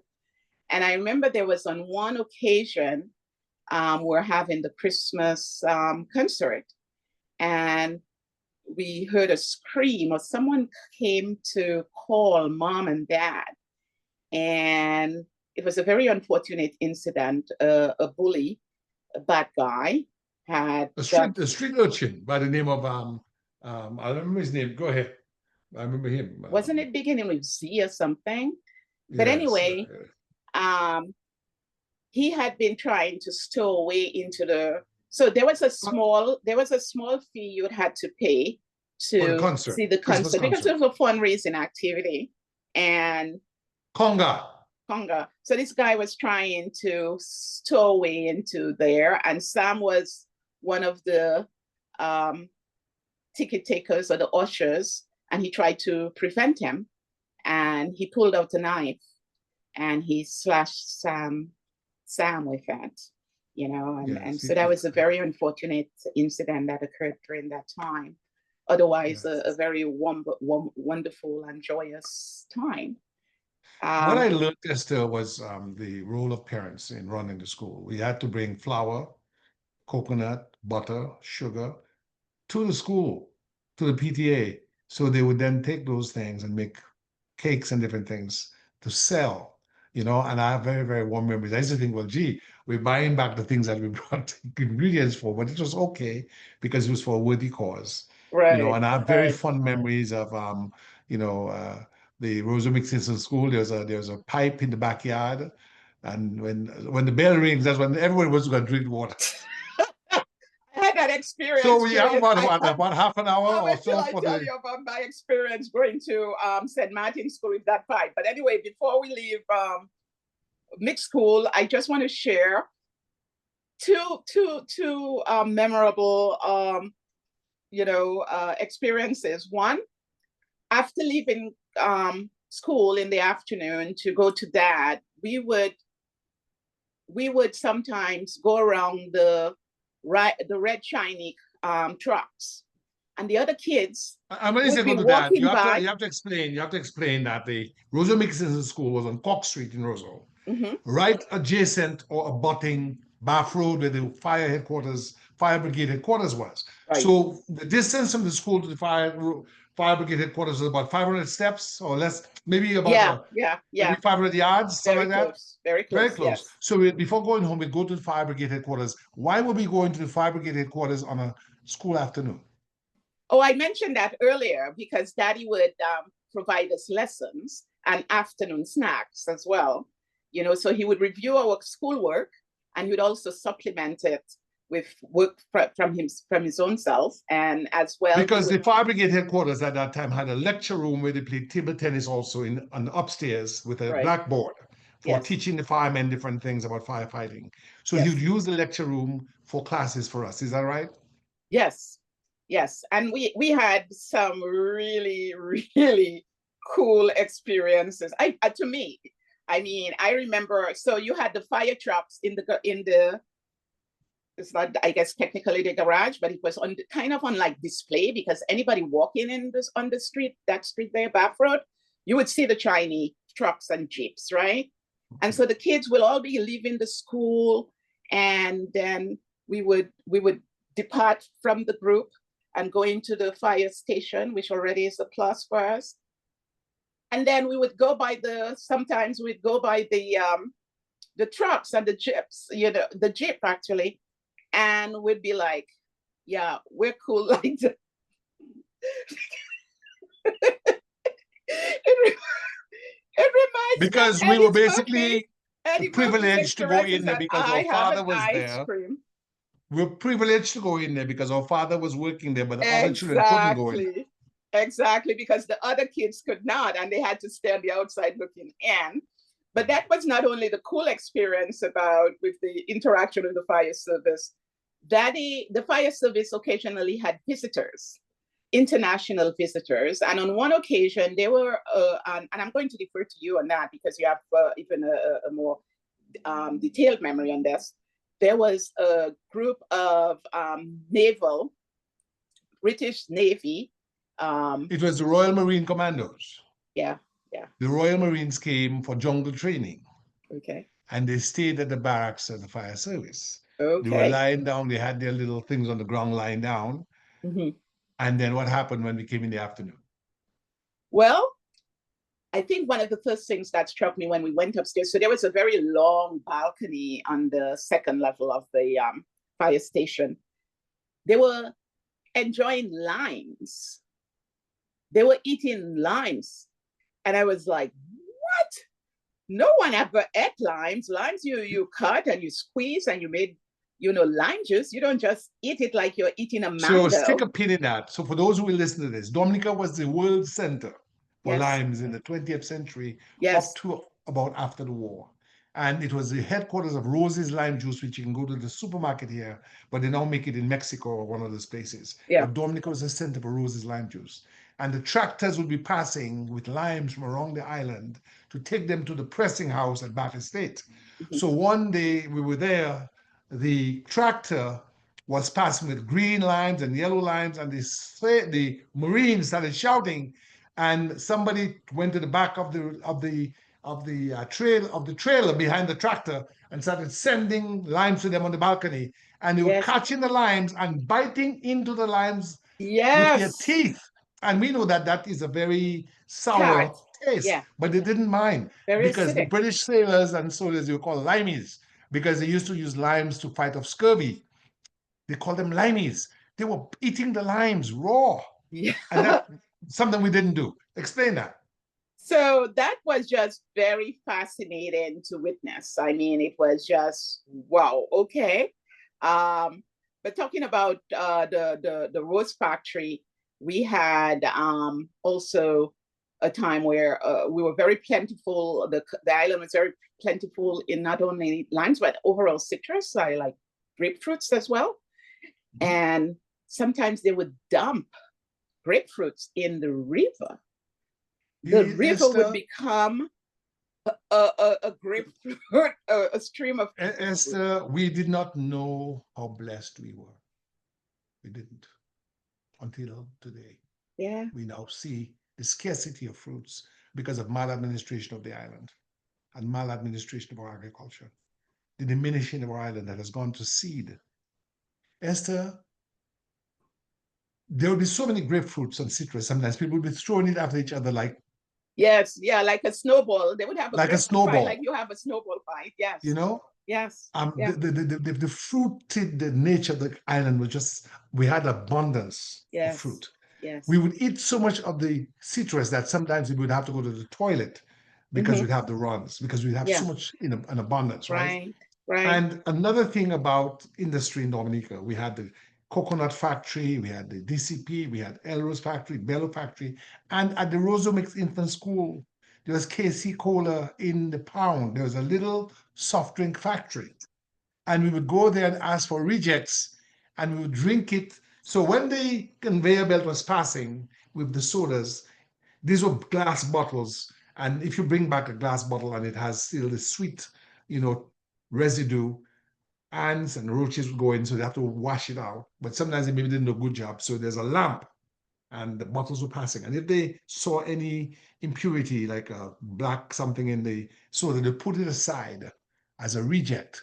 So here we were coming from school on break, we rush to the factory and say, sir, reject, reject. And the guy would hand it to us through a window and we would drink it through the shirt. We'd drink it through our shirt. So that way, if we drank it through our shirt, as a makeshift strainer. as a filter, Yeah. filter. Yeah. And sometimes when you turn the shirt back, you'd see cockroach legs. When you're a child, you don't care. A child in a state of nature is a barbarian. The innocent courage of youth, huh? And sometimes our shirt would have purple or green color because of the coloring, the coloring from the soda. So our time at the Rosomix Infant School was a beautiful time. Oh my Esther, God. don't you remember? Yeah, but I haven't even touched on the fact that we were introduced to the vendors of Ma Ursula. Talk about that. And her bakes. Oh my God. So bakes is fried dough. In America, in Jamaica, I think they call it drops. Festival or something. But anyway. It's like a biscuit, but it's not the biscuit. It's a fried dough. Take a breath because Ma Ursula, no one. I don't know if any of her grandkids or anybody ever maintained that recipe, because her bakes was truly heavenly. I mean, it was light, it was tasty, it was crispy, it was, that even years later, when and then I was introduced to not only, she didn't only make bakes, she made coconut cheese where you could actually taste the coconut, or peppermint, and to the point that when I came up to America, I still would order coconut cheese and tamarind ball and that type of thing from she was the best. Because Ursula was quite a vendor. I mean, oh my God, she was just brilliant Just in for the her just for the culinary record, skills. I did an essay in memory of her, Mhm. um, because it's a powerful memory Oh for our gosh. people. I And she mean, was just she also, it wasn't just her culinary skills, her customer service skills, Gable, yes. was amazing. You just, you talk about Aunt Jemima, that type of image, but she just had that warmth. It was she and her sister, and they were just delightful persons. You just, as a kid growing up, they were the recess mummies, I would call them, the recess mummies, because they almost took you When you say in. recess, you mean as that was the break that you got. They call it on Dominica recess. Yes, yes. So About that's half an hour? yeah. And is that it, Oh Esther? yeah, yeah. A queen of recess industry. Yes, I wasn't. Yeah, yeah. Us, yeah. So Great, this is great what it looked stuff. like. Oh my God. Mm. When that's Marble Ursula's hot bakes were light, and fluffy, and fluffy, delicious, boy. look like the bakes portrayed in this photograph. Yes, indeed. So, and many people, he's had thanked us for the essay, like Rennick, you know? Yeah, Yes, yes, her yes. son. So, Yes, yes, yes. well, Esther, this has been so delightful. It seems to me we have to do a part two because I have to get to Yes, work. I was But I just looking wanted to at the take time. some Yeah, time. I wanted to yeah. take some time to at least cover as But much the as I thing is, I could. think I think the interesting thing is that they said, I think it is said the first 10 years, it could possibly be for the first 5 years are the most formative years of our lives as individuals. So it is not surprising that there's so much energy around our discussion on our elementary school days, our starting school and that type of thing, because those were the days where truly taking in the environment, at home and in the community.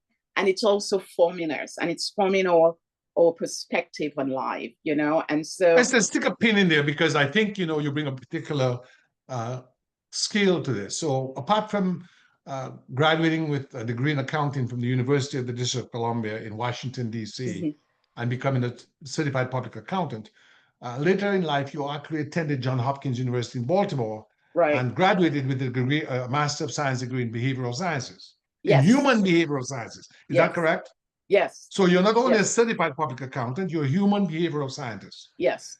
And you were an advisor at Children's National Hospital in DC. Children's National Medical Center, which is the national children's hospital in the United States. It's also a research facility for anything children's.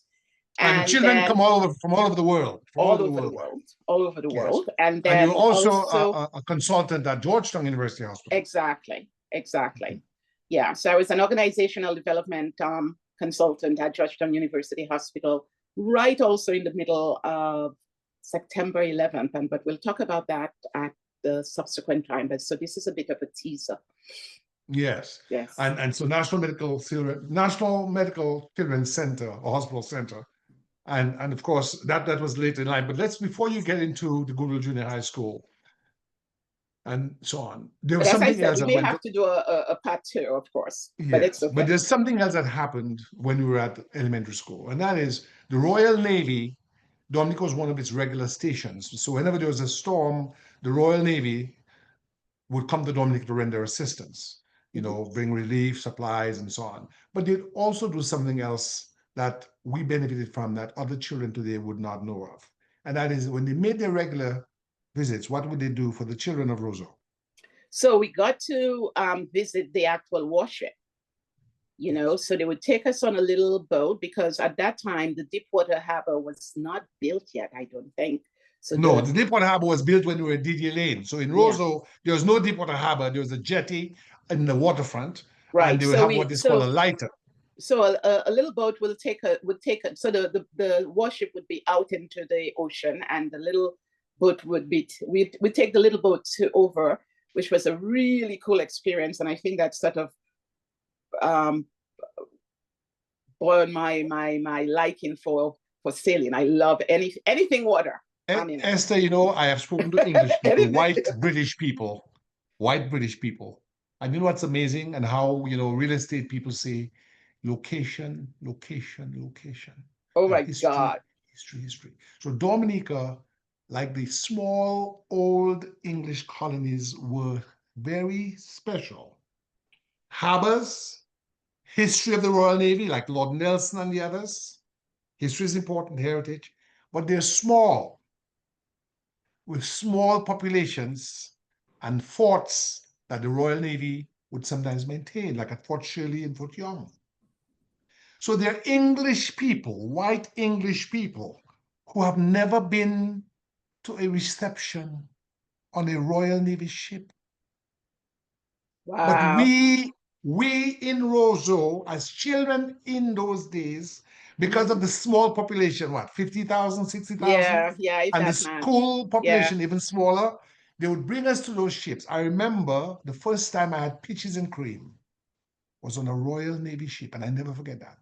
Wow. They'll sit us down, they'll show movies. I Hmm. remember a guy putting me once in an anti-aircraft gun and spinning it around and said, this is your ship. This is your ship. And they show movies, give us sweets, show us around, and then they would put us on the little lighter, take us back to the jetty. And I remember one time, we were afraid that because when the lighter is next to the jetty, there's a little space. And I saw Yes, these huge, yes. huge, what we call shadow, Wings. sea urchins with their big spikes. And I was Okay, afraid if I okay. fell in the gap, I'd get impaled.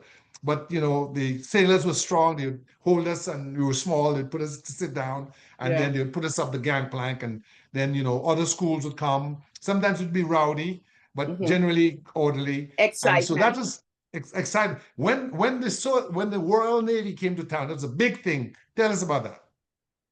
When who came? When the sailors, I you missed see the that. sailors walking up and down, going to rum shops and so on and drinking rum and staggering sometimes, Okay. because they I would don't be. recall too much of that actually. Yes, Perhaps you may but they have would also play as a matches with the local football team. They'd Mhm. also play matches, Yes, and they would yeah, there were those as well. they Yes. play We matches also with had the local football experience team. of one of our aunts. Well, actually, she was a cousin, but because she was older than us, we called her Auntie K. And Auntie K was a very charismatic, energetic, vibrant personality, lovely woman. Very, And very good looking. Her father was a British officer from during the war that yes, made a yes. child with our Auntie Ruby. Hmm. So she was, of course, light complexion and was in high society. Yeah. And she was in the JCs. Yes, And one yes. time they had a match where A women fundraising were match. It was the first women's football football match game. in Dominican history. And Auntie K was the goalie on one of Auntie one K of the was the sides. goalkeeper. Oh my God. I, I don't know which side won. I don't recall which side won, but it was just a very enjoyable experience, to see one of our own, Yeah. that's my auntie in there, you Yes, know. yes. She, as you said, was our first cousin, but because she's older than us, we Yeah, called her Auntie K. But let me yeah. ask you this, sister. Tell us about our aunts and uncles that you knew. So the aunts and uncle I knew were obviously Auntie Plus, because she and Dad were very close, and so she was home all quite a bit of time, and then we also saw at school as the principal.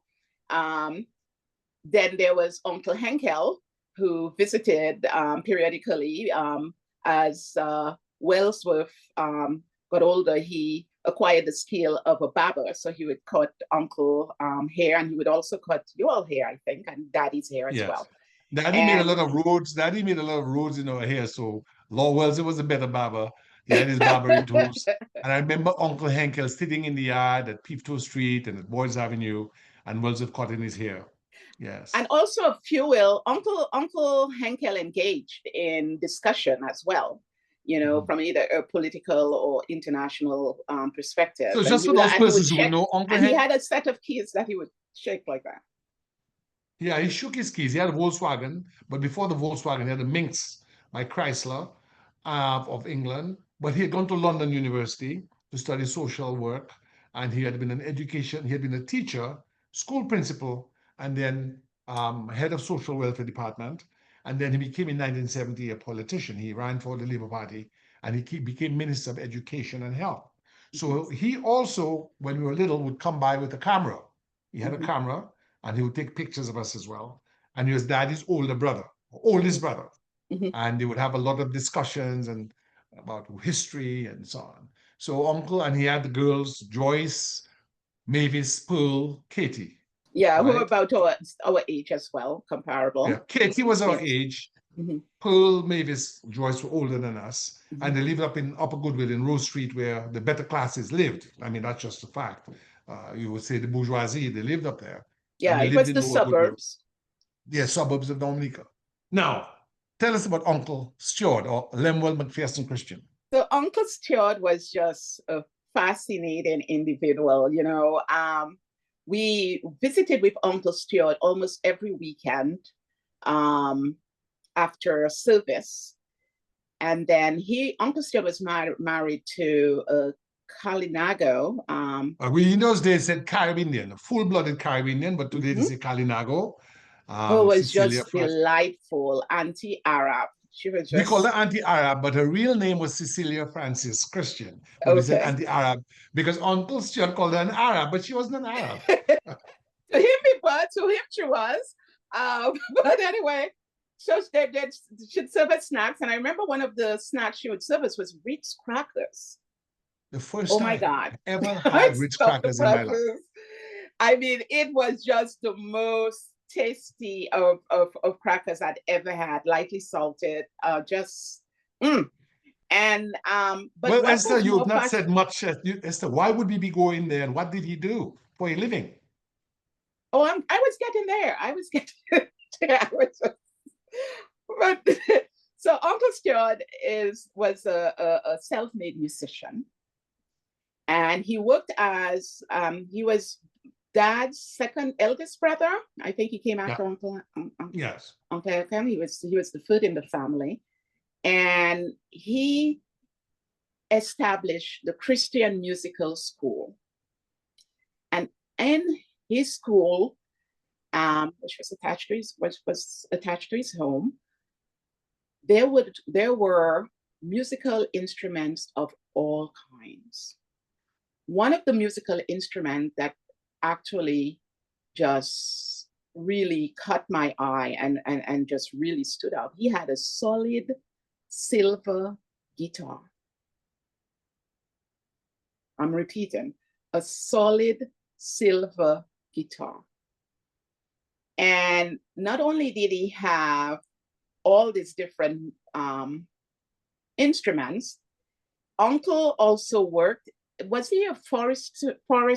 So Uncle was a policeman during the war, and the school was started August 1st, 1944, with the pay that had been sent to him.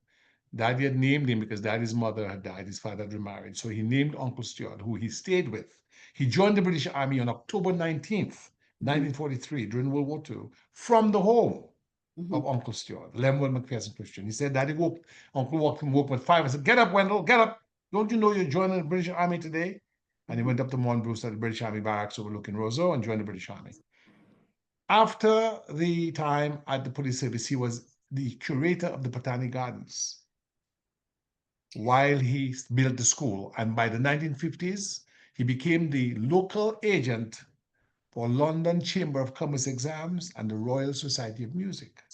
So he started giving music exams and what you call commercial class exams. So he had a music school and a commercial class at the same time. Exactly. So he had that commercial class. They also drilled during the youth rally. Yeah, so it was a Christian musical class, and they had their own flag, and they had their uniforms of white shirts, pleated blue skirts, dark blue, navy blue hoses, and black shoes. And they had no ties. So it was very close to the convent high school, but unless it was a different kind of skirt, they had a lot of pleats. Yeah, it was a pleated skirt. Yeah, convent was just pleat on the side. Plain. So only two pleats, one on each side. Yeah. So Uncle also had a little collection of different insects. So he had a herbarium, different plants with their I couldn't tag remember the names. herbarium much, but I definitely remember Yes, the and he insects. had they were under a plated glass case, and then he Yes, had a yes. insect collection also under a plated glass case, like moths and aphids and butterflies and so on, stuck with pins and their little plaques or little paper typewritten Yes. description. I mean, he was a real great record And the keeper. And then he two also had, rows yeah, from back to front of typewriters by underwriter yeah, typewriters and yeah. tables and the chairs that the students and so on. And on the edge were about 4 or 5 pianos where people do piano lessons. And on the walls, as you said, were the different violins and guitars and saxophones and trumpets. And then there's a huge bass or bass cello that was maybe about Which six. Auntie Ara played actually. She was the first Kalinago to play classical music in Dominican history that we Yeah, know of. yeah, At the St. yeah, Gerard's Hall, they would yeah. have She the Christian played. Family Yeah. Orchestra. I mean, if you There was saw her, I mean, and she was so humble, you would never ever thought that she was a musician, but she was. You know, she played. What I wanted to just insert with the commercial class, at the time, Uncle established a commercial school. Many women, young women, who did not get the opportunity to go on to high school found themselves with not much options, right? There were not many options available to them as far as further education or skill or developing a skill set. And so his opening of that commercial school provided many young women with a tremendous opportunity because other than that, they would perhaps be limited to perhaps, you know, non-skill kind of positions, perhaps as an attendant stocking goods at the grocery store, something that, you know. But here he came and he was providing them a skill, whether you know a secretarial skill, you know, and that many individuals have been very grateful for that opportunity, or were very grateful for that opportunity. So I just wanted to insert that it was just not another school because there were 10 different ones down the road. It was the first of its kind, and it came at a Esther, critical you made time a as very, well. very important point. It was the first commercial school and music school in Dominican history, and we advised that it was the first, what you call, music school in the Eastern Caribbean. So we were very fortunate to be going by Uncle Stewart, um, the music school in the afternoon. Tell us a little bit about its character and how that may have shaped us. He was an astute disciplinarian. Uncle Stewart's steady uniform was a white cotton shirt and his jacket, and then of course he'd perhaps remove it when it got warm, and his black ties, black narrow tie with the black slacks. He did And who not. is that shown in the portrait there, Esther? That is Uncle Stewart playing That's his right. what is he playing? A guitar there? I can't see. Yes, that's the silver Yes. guitar, Esther. Oh, That's the I couldn't silver see it. guitar. It was lower down. I couldn't see what it Yeah, was. that's the Yeah. silver guitar. Yeah. And I mean, Uncle Stewart's whole demeanor actually is so reflected in that picture. If you take a look at that picture, that's who, not this one. So this is Uncle Henkel to the extreme left, mhm, Auntie Idris, Uncle who we called Stewart Auntie Baby. Lemuel, Auntie Ruby, Daddy right here with his hands in his pocket, very stylish. Soccer boy. Auntie Floss right here, Uncle Clement, Auntie Daisy. That's the Yes, first Christian family. that's the family.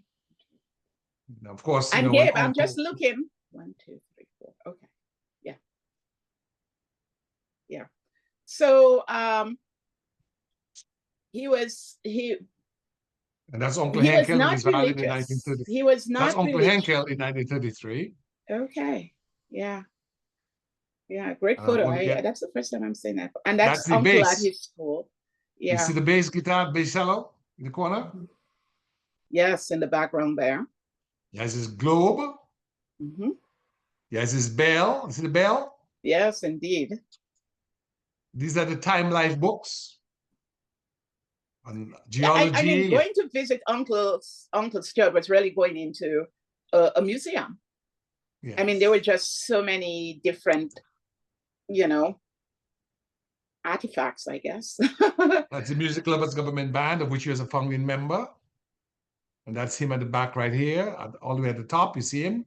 Yeah. He is playing the with French horn, or one of horn. those. Yeah. And there's a very important picture of him getting an award from Mr. Kazumi, director of the government band. And Uncle also received an award from the Queen.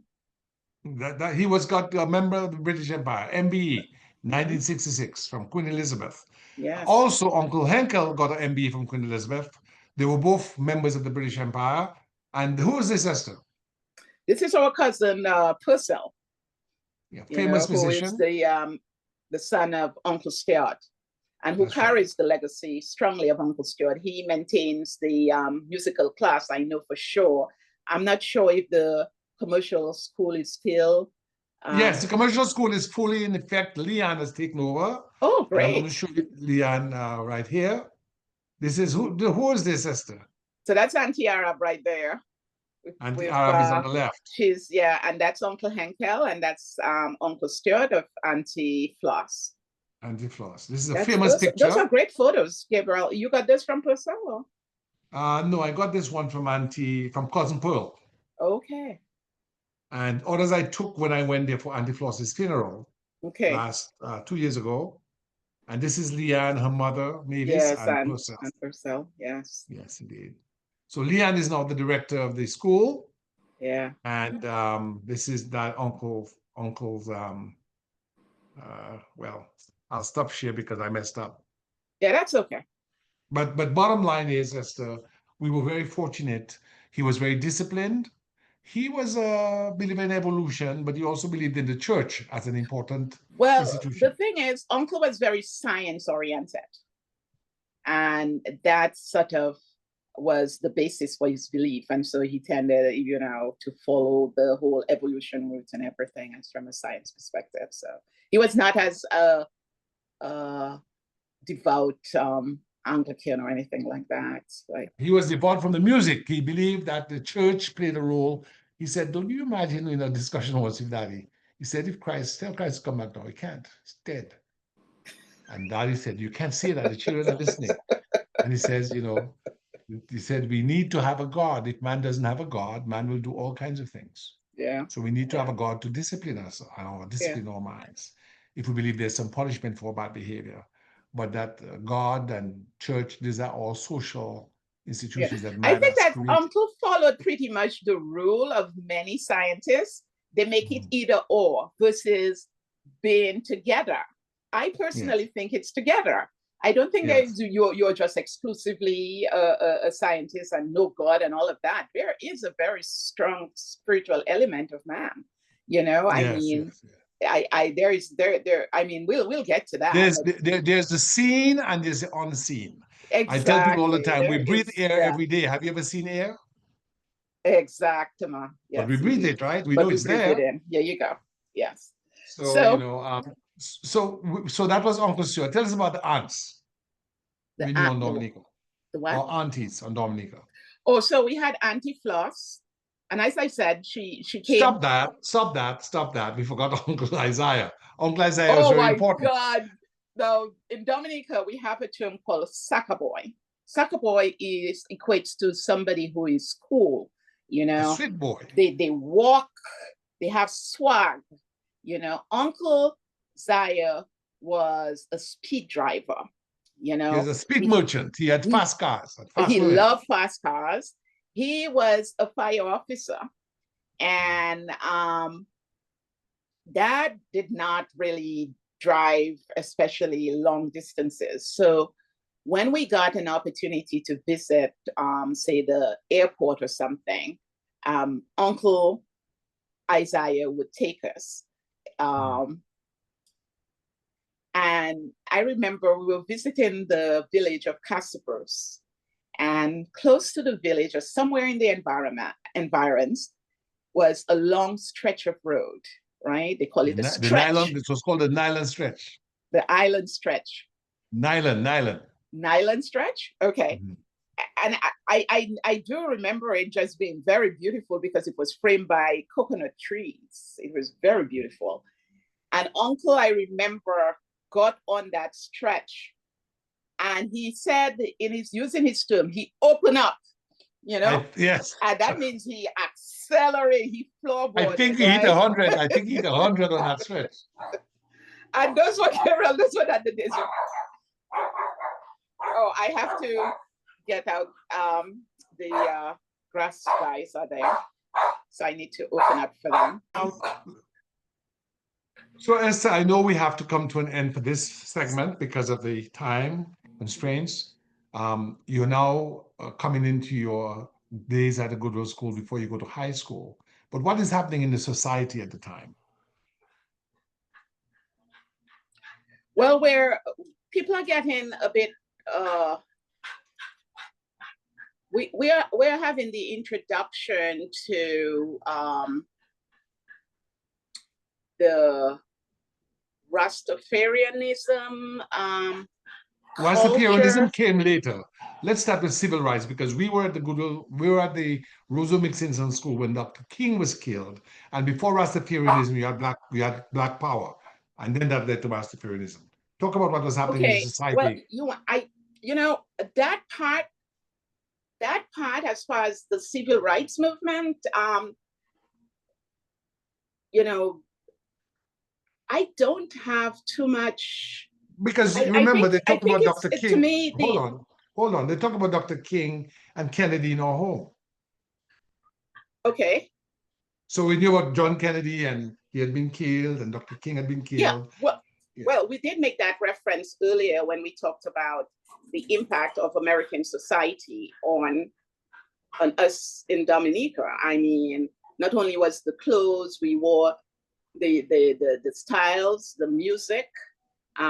That's why right now we Motown music and the Jacksons, including the Jackson Five and stuff, it's just as if we grew up in America.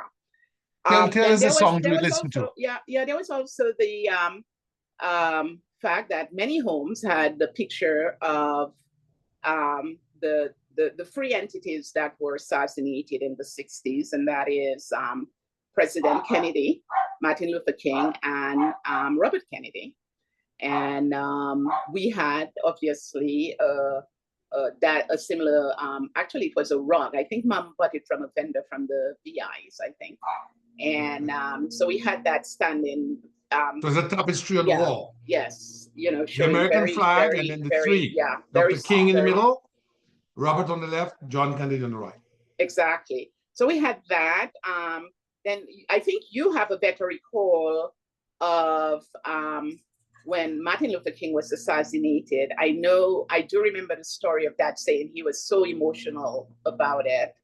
I don't recall an announcement at school. I don't think, were we at school when that happened? Yeah. I remember the announcement. They gave us a moment of silence. Auntie Floss had us do a moment of silence. And it maybe impacted me a lot because there was a song by Mighty Sparrow. Okay. 68. I would have been 7, you'd have been 6. So Martin Luther King for President was a song by Sparrow. Martin Luther King for President by Mighty Sparrow from Trinidad. And then he made another song. Now that our great hero is gone, segregation must be destroyed. Remember? So Sparrow sang those two songs. So that kept us, But in that time, we had our local government led by Edward Oliver LeBlanc. We are going into, we're now an associated state of Britain. We're now having local people in government. And how is the society running at that time? The noise. So you may have to repeat that question. How was the society running at that time when we started having local government? So we didn't necessarily have the classic racism in Dominica, but what we had is what is known as colorism. So if you were a certain color, you had definitely more privileges than. What certain color was that? When you were near a white? I'll call you back. So sorry. What was that? When you were near a white, you had more privileges? Can you repeat? You said that there was not racism in the classic sense, but there was colorism. Explain that. Yeah, so the lighter your color, or the closer your color was to white, you had a greater sense of privilege. You would be more likely hired by the various institutions. You would, guys would more likely would be more attracted to women who of that color. Very comparable, I think, to what most countries that, especially America, that have experienced colorism. Yeah, so that's much. I don't. Perhaps because in a way, I mean, outside of what I've talked about, as the girl and the first fully functional girl. Ollie, did I open? Sorry. Ollie, please. I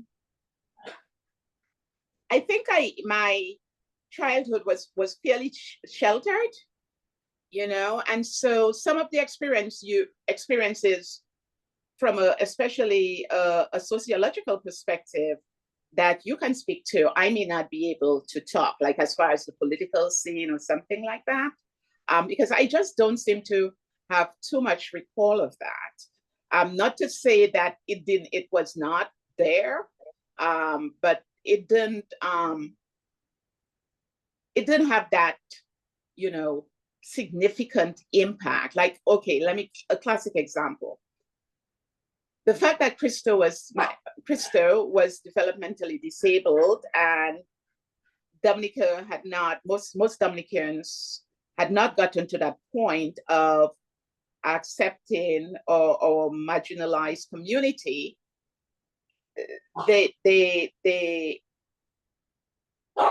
a lot of teasing going on, and that impacted me much more. I have a stronger recall of those incidents than, say, other incidents. However, while I talk about colorism, there was a very interesting, so after we graduated from preschool or elementary school, because, after we graduated from mixed school, which was pretty much from standard 1 to standard 2, I think. Yeah. We moved to other schools. You moved to, interestingly, the girls' school, which had just gone co-ed.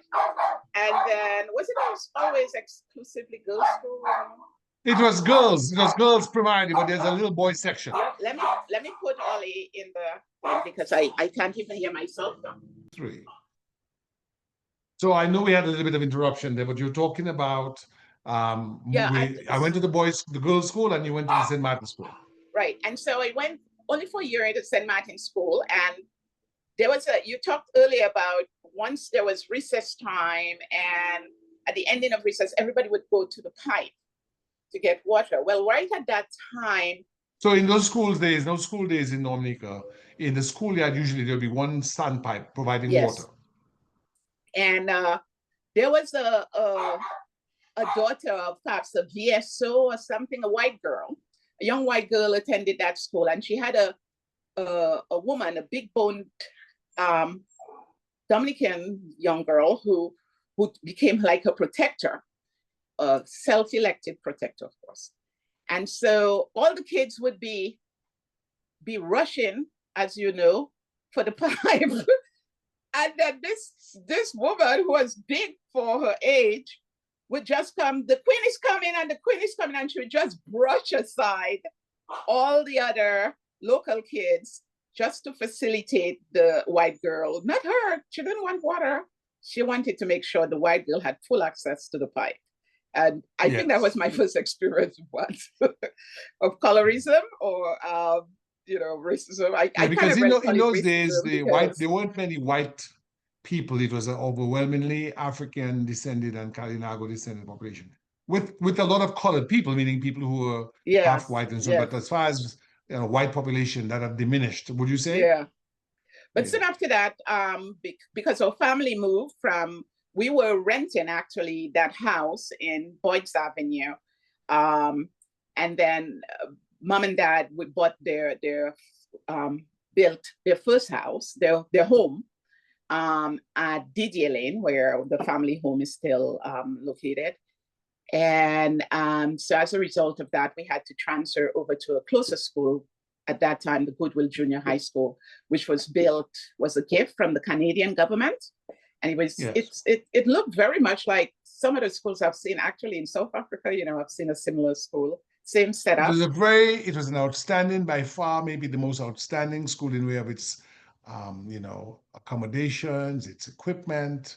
It was just, it was when we got there, it was also about 4 years old. It was built in 66. So in 70, it was just about 4 years old. And Yeah. I could smell the concrete still smelled fresh. It had speakers, had fire alarm, special desk and chairs made of fiberglass and stainless steel tubing. Yeah. So sometimes the government would use the chairs for events at the park, like at Windsor Park for carnival shows, or the gardens for cultural shows at International Day.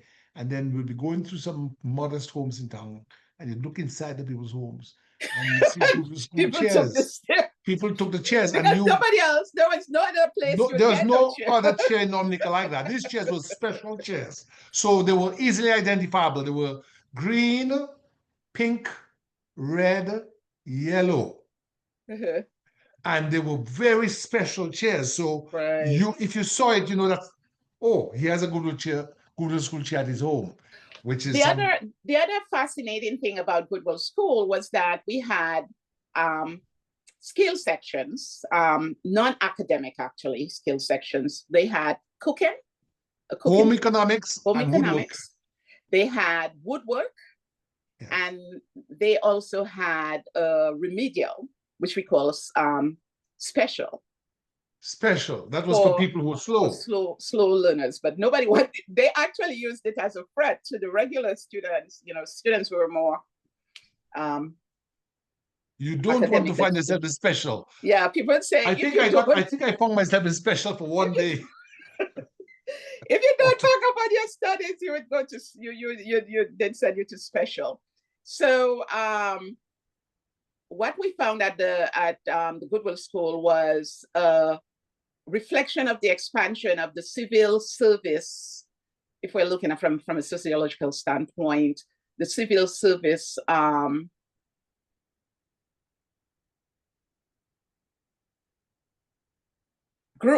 grouping on the island. So you had a lot of students or fellow classmates whose parents were civil servants like our parents. So parents at that time, mom was the director of the blind school, dad was a fire officer.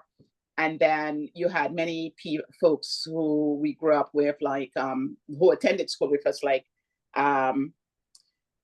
Joseph Lestrad's father, I think, was he he was mayor of union? Roseau. Mayor of Roseau. He had been in the Oh, British he was mayor Army. of Rosa. You had Okay, Judy Sims, whose mother worked at a bank. You had the right. Brisbanes, whose parents were merchants, had a Merchants, merchant. You right. had the Rivieres, Colvin and Tony. Their mother was a Liberian. Their father was a permanent secretary. Mm-hmm. You had Tony Charles and these people, people who. So it Yeah. was a middle class. It was a school that catered to the goodwill middle class, but also had people from Foncolay Mm-hmm. and Lower Goodwill, where we were from. We were not from Foncolay, but we were from Lower Goodwill. We were kind of intermediate. So it Yes. was a Yes. mix because there were a few people like John Lazar and Mm-hmm. some people from Foncolay who came to school, Esther, Mm-hmm. without Shoes. shoes. But the Yes. majority of us had shoes. Shoes. Yes. Yes. Yes. In Um. Rosa Mixed Infant School too. There were people who came to school without shoes, Shoes. but we had the majority had shoes. Yeah. But in my wife Joan said in Marigot, she went to school without shoes. That there were people in Marigot who would go to school without shoes. Wow. So it was a Okay. time when the social status A of ordinary structure. Yeah. Dominicans was changing for the better. Yes. There was more Yes. access to education. So our parents didn't have as fancy schools as we had. They Mm-hmm. had these little barracks, like one room sheds. Mm-hmm. So we were really beneficiary of a higher standard of education in way of accommodations, equipment, blackboards, and things like that. And that is the time as we started to recognize that some students were more, especially female students, there was some female students that were more developed than others, that you made you feel that they were mothers, you know, Esther, relative to that is a you. very fascinating comment you made. What happened was we in that class, I remember standard five, the common entrance class, there were women like Francesca and another one, I can't remember, She, they, Charmaine. They were big women. They had breasts and yes, everything, and yes, chain, gold chain in your neck and so on. yes. Some of them had parents in Guadeloupe would send them And gold some and of the gold and bracelets. then they But started we were have, like children compared to them. yes, They were yes, motherly. They were buxom, yes, big behind, big, they were already. So yeah. I think what happened, Esther, was we had progressed rather fast because we were 9, 10, 11, but Mm-hmm. they may have been 14, 15, 16, 17 for Yes, some reason. yes, So they were big. yes, yes, you know, and of course you had unfortunately they would be hanging out with men. They would not be hanging out with young men, they'd be hanging out with men, you know, and that was my Because Esther, first. we're in a small society, so we could see them in the street Yeah, after school. yeah, We noticed in the street after school they were hanging out. And I yeah, remember by the time I was in first home grammar school, several of them had children. yes, yes, you know, so that was my first interaction or my first insight into that. But also the most significant accomplishment at Goodwill School was us transitioning from elementary school into high school. We That's right. took Tell us how that happened, what exam we had to take. so we took the common entrance examination, which was the test and exam to qualify you for entrance into the high school. It was a national exam. Everybody sat the same exam. Of course, they felt that there were certain areas that got advantage. Like they felt that the minister, one of the ministers, I think, I don't know if he was the minister at the time, but of course, I'm going to forget his name. Stevens was the Minister of Education, and he was from Marigot. So they thought that they gave the Marigot students the exams, you know, to look at it before everybody else got it. So they had an advantage. But that aside, but it was, you had an opportunity to sit for that exam, and there were free awards, types of awards you could get to facilitate your entrance into the high school. There was a scholarship, and a scholarship allowed you to have your full time at the high school completely paid for. That means your tuition. At that time, Tuition, books, and the stipend. yes, yeah, education wasn't free on the high school level. On the non-high school level, it was free. But when you got to high school, your parents had to pay tuition and books. So a scholarship got a stipend, Books, and free books, and tuition. tuition. And our brothers, Wellsworth and Lesson, got a full scholarship. Our brother Sam got a bursary, which is another award where you're only paid for the tuition, if I'm correct. Yeah, your tuition is free, but you got to pay for your books and no stipend. Exactly. And then you had what you call an entrance, A where pass. you know, a pass. So which was, you didn't get a bursary, you didn't get a scholarship, but you was allowed entrance into the school. You're allowed entrance, but you have to pay for everything. You had to pay for everything. And so guess who got an entrance on his first sitting? Yay! Gabe got an I entrance. did not get an entrance, Esther. I did not get a scholarship. I did not get a bursary. They called the passes, and my name was not called. And then the teacher said, Gabriel Christian and Joseph Lestrade, supplementary. So supplementary means that you were not passed, but you were so But you close got it a full pass. that they gave you a little pass. You were supplementary. They give you a little hand up. And I ran home. I remember I was running home and the car, Mom was driving a new car that we bought, and Sam was with her, and I was excited. He said, "What did you get? A scholarship?" I said, "No." "What did you get? A bursary?" I said, "No." "What did you get? pass. I said, no. They said, well, you failed. I said, no, I got a supplementary.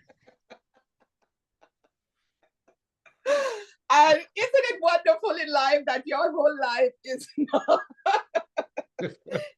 I got a predicated by what you supplementary. got then, right? So anyway, because so we were both in standard 5 because I skipped standard 4. I didn't go to attend standard 4. So we're both in standard 5. You sat for the exam. I did I or didn't I? But anyway, I know I sat for it in Form 1, which was the next class up, and I got a pass. And mom was out of not mom. My parents at that time wanted me to go to, as many parents and many young girls. Convent was the premier And high still is. school. Still And is, you know, Convent is listening to the name alone, Convent High School is, Convent High School was for the elite, you know, the church people and so on, the local yes, whites yes. and the And highly so mom colored and so on. had been what we call a potoleglis, which is in Creole for the pillar of the church, for that was going to be a shoe-in. And it wasn't quite, at least for my first year. I ended up not getting into convent because they had to take all their St. Martin School students, which was the elementary version of And also the prep, the convent and the preparatory school. convent prep. Yeah, so they had to take their peoples, and I wasn't their peoples. And anyway, I ended up going to the grammar school, which was For first to form. me a much more comfortable environment because my brothers were teachers there at that time. Lesson and Wellsworth taught at the grammar school, which had just gone co-ed a year earlier. So I was very fortunate, and it was a very good experience for me. However, at that time we had there were issues with at that time, were they still wearing the tie? No, that's Shajak. Yeah, gunshot jack. But there was some chaos going on. We had that was under Levy, Principal Levy, Yes, with well, we had the growth of Randy the and those guys. Rastafarian movement and Black Okay. Power and Yeah. So marijuana what happened? There smoking. were lots. There was a lot of chaos going on, and on many occasions the students would just walk out, and parents started. There was an uproar with parents as far as discipline, and you know, and so at the end of the first school year, Daddy said, "We're not going back to grammar school. We are taking you away, transferring you." And perhaps I don't know of anybody else who made that reverse.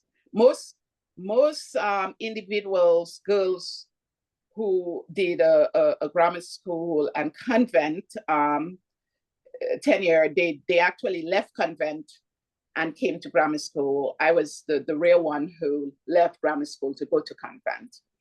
And And at I that did time, not convent was appreciate run by that the transfer. Belgian. It pleased my dad, it pleased my parents, most of my dad, because he wanted discipline and all of that.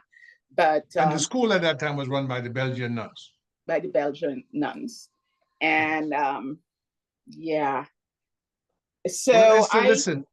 So you know, I wanted to wrap up this segment and so we can do the phase 2. But this has been a wonderful, long delayed conversation. Before you leave Goodwill School, tell us about some of the fun things at Goodwill School, the fire alarm, the teachers we had, and so on before we close up. okay, yes, so sorry. So at Goodwill School, we had this guy.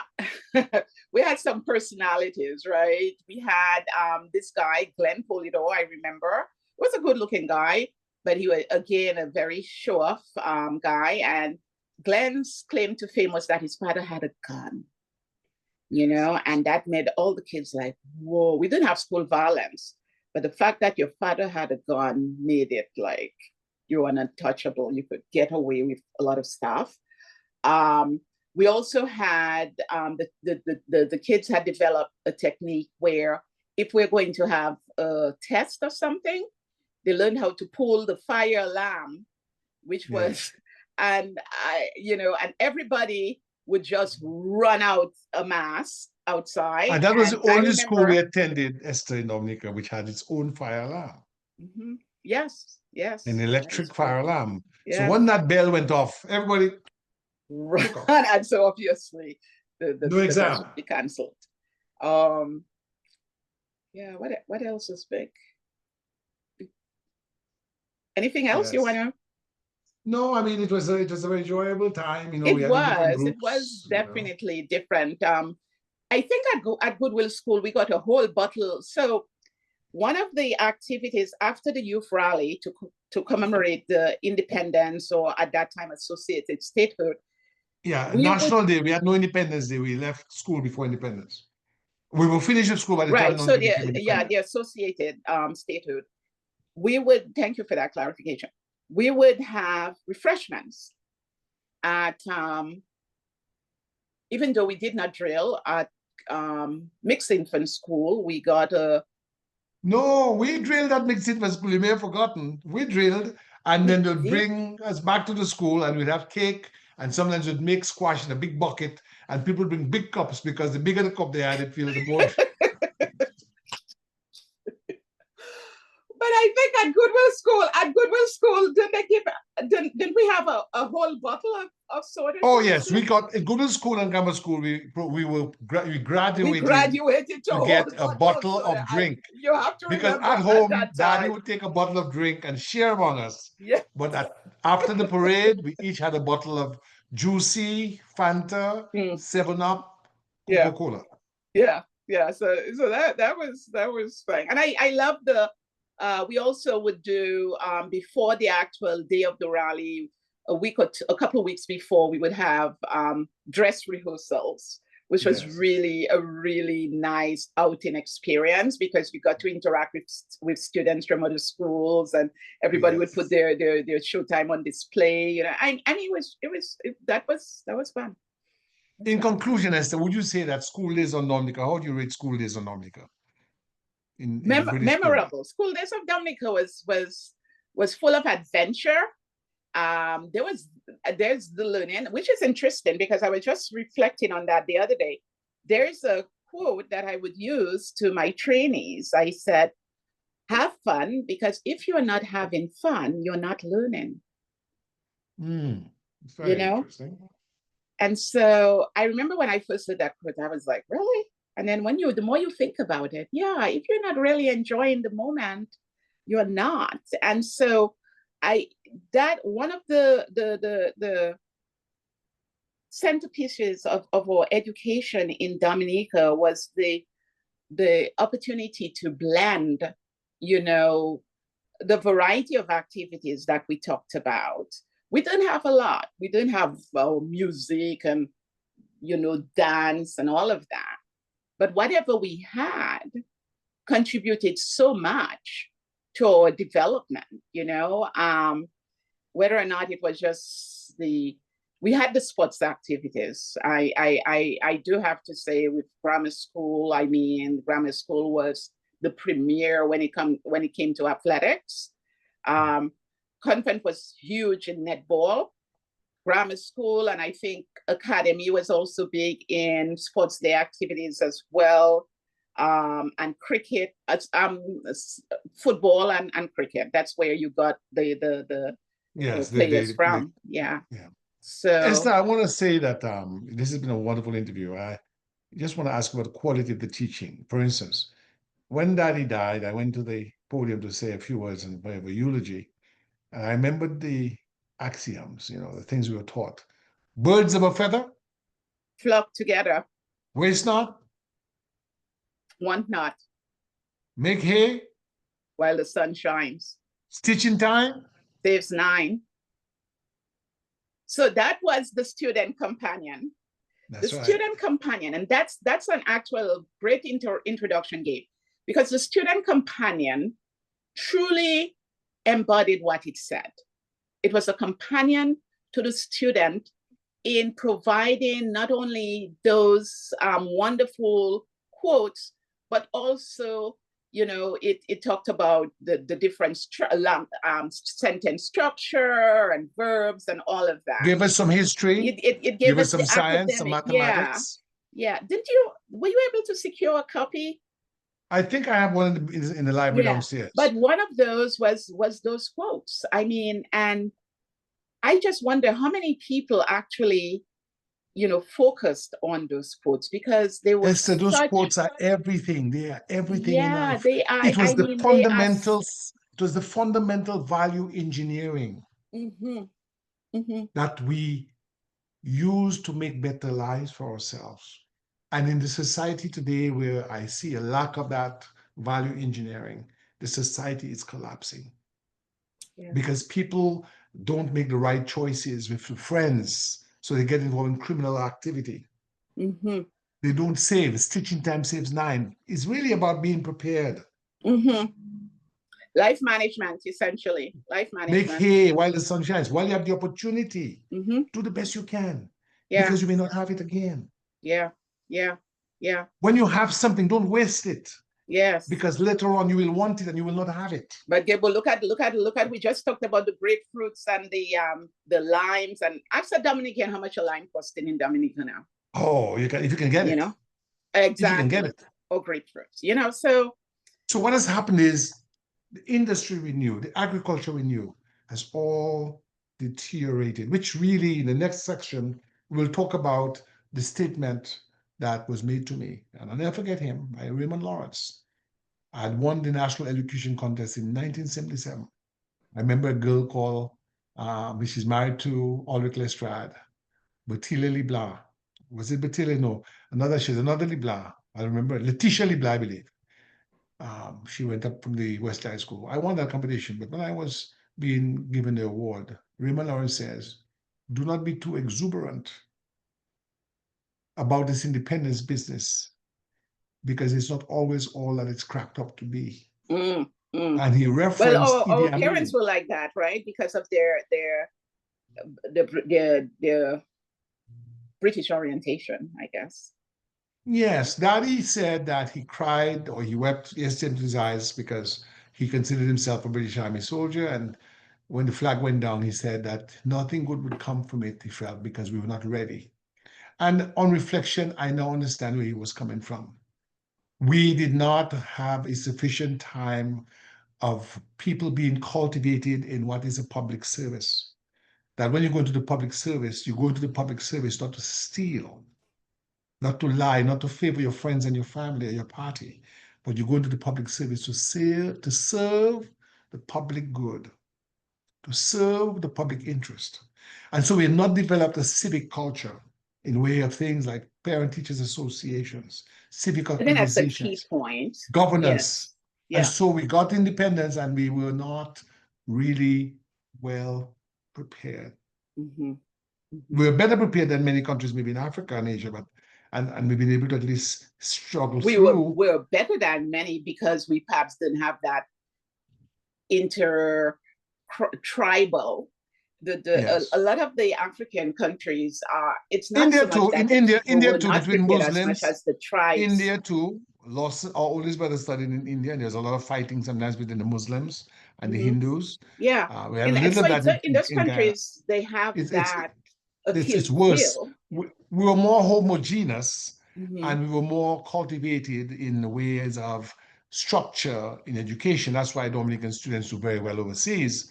However, governance right now in Dominica leaves a lot to be desired. And we Mm-hmm. see a deterioration in democratic norms and in good governance, a lack of industrial focus on industrial arts, a lack of focus on agricultural science, and the Dominica Academy of Arts and Sciences, of which you're a founding member, I'm a founding member, with Dr. Clint Schillingford and his guys, that was all designed to improve on that. So we will take that up. Give me some closing remarks as we close up this first segment of our interview as to what we should expect in the second segment and your thoughts on this record keeping exercise. I commend you for this opportunity. It has been really a great experience to reflect back on, growing up on Dominica. Of course, we're so engaged in living our lives up here in the US. Sometimes we don't get as much an opportunity to reflect, at least I don't, on that journey and what it has been like. I'm right now in the process of initiating the writing of my biography. So that is going to be extremely helpful to me to begin the whole looking back and looking forward.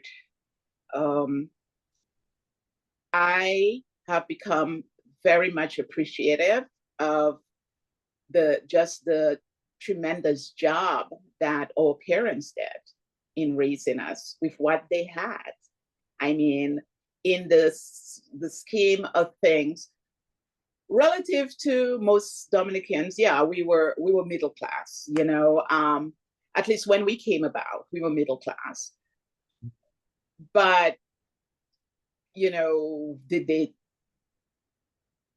take special parenting classes? Well, Daddy read a lot of books, and that's where the reading certainly helped. And we, as you saw from his journal, you know, he did his parenting as well as Mom. And Mom was just a blessed individual in so many Esther, ways. Daddy was a phenomenal reader, but Mom was a leader par excellence. She was in the president of the 4-H Club during the war. She was a founding member of the Dominica branch of the British Red Cross. She was a member of the PTA. She was a director of the Workshop for the Blind. After she retired, she was one of the founding members of the National Council of Women.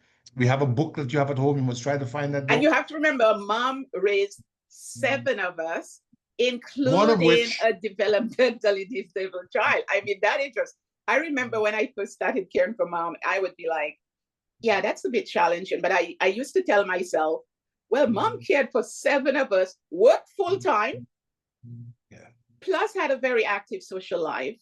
You know, so this social should be a league, social league. Boy. And when she's on the choir, you know, I mean, and it's the same thing. She came up here, but I will save that for later. Yes, I will save that for later to see just how she integrated into society here. It's amazing. Yeah. As you close, give us a snapshot of each of the family members, what they did, and then we'll sign off for the next round. So Crystalline, the eldest, eventually graduated from school. She came here to, she attended a special school at, can't think of the name right now, but it's right up there in your neighborhood in Bowie. And she actually went through the community college. They had the graduation ceremony. Well, you know what, Admore School? Exactly, where they taught them a variety of skills that they would sell to the merchants. Then we had Dr. Wellsworth Christian, as I said, who was the first veterinarian of the island. And he has the wonderful daughter, who is quite an orator and leader in her own way, Miss Trudy Christian, and with a wonderful mom, Alicia, Jaja Christian. And then we have Lesson Christian, who is a civil engineer and a great debater himself. He was, I remember Lesson winning. That was one of the first major achievements. I remember my older brothers winning when Lesson won some debating activity at school. And then you have Dr. Samuel Christian, who I said is a general surgeon. He had an opportunity to return to the island for a number of years, and we'll talk more about that. But he made quite a bit of contribution to the island, you know, surgically and clinically otherwise. And then you have Mr. Gabriel Christian, or Legal Eagle, who has been in practice for Boy Gable now over 40 plus years. 34. Yes, indeed. And gay practice is not just relegated to the legal field, but also expands into the community. He has been a great leader, not only a leader in the Dominican community, but the Caribbean community and international community. Actually, Gabriel is like a jet setter, you know, he travels like every minute. Every time you turn, he's on truck. That's not quite true. He's quite an advocate for education and business development, and especially with the whole introduction of AI, he's taking the leadership of that. He is actually, and he'll talk more about that, involved with right now a company that trains technicians to care for airlines out at Vine. And right now they're expanding into helping the Ethiopian Airlines to expand their fleet or their overall airport in Ethiopia. So he's working on this major project. With that, I am not sure. But anyway. And Hilo. And then, oh no, I'm not finished. I was just saying something. And then there's my dear sister, or baby sister, Teresa Christian, who is an environmental scientist and marine biologist, and everything science you want to know, Hilo knows.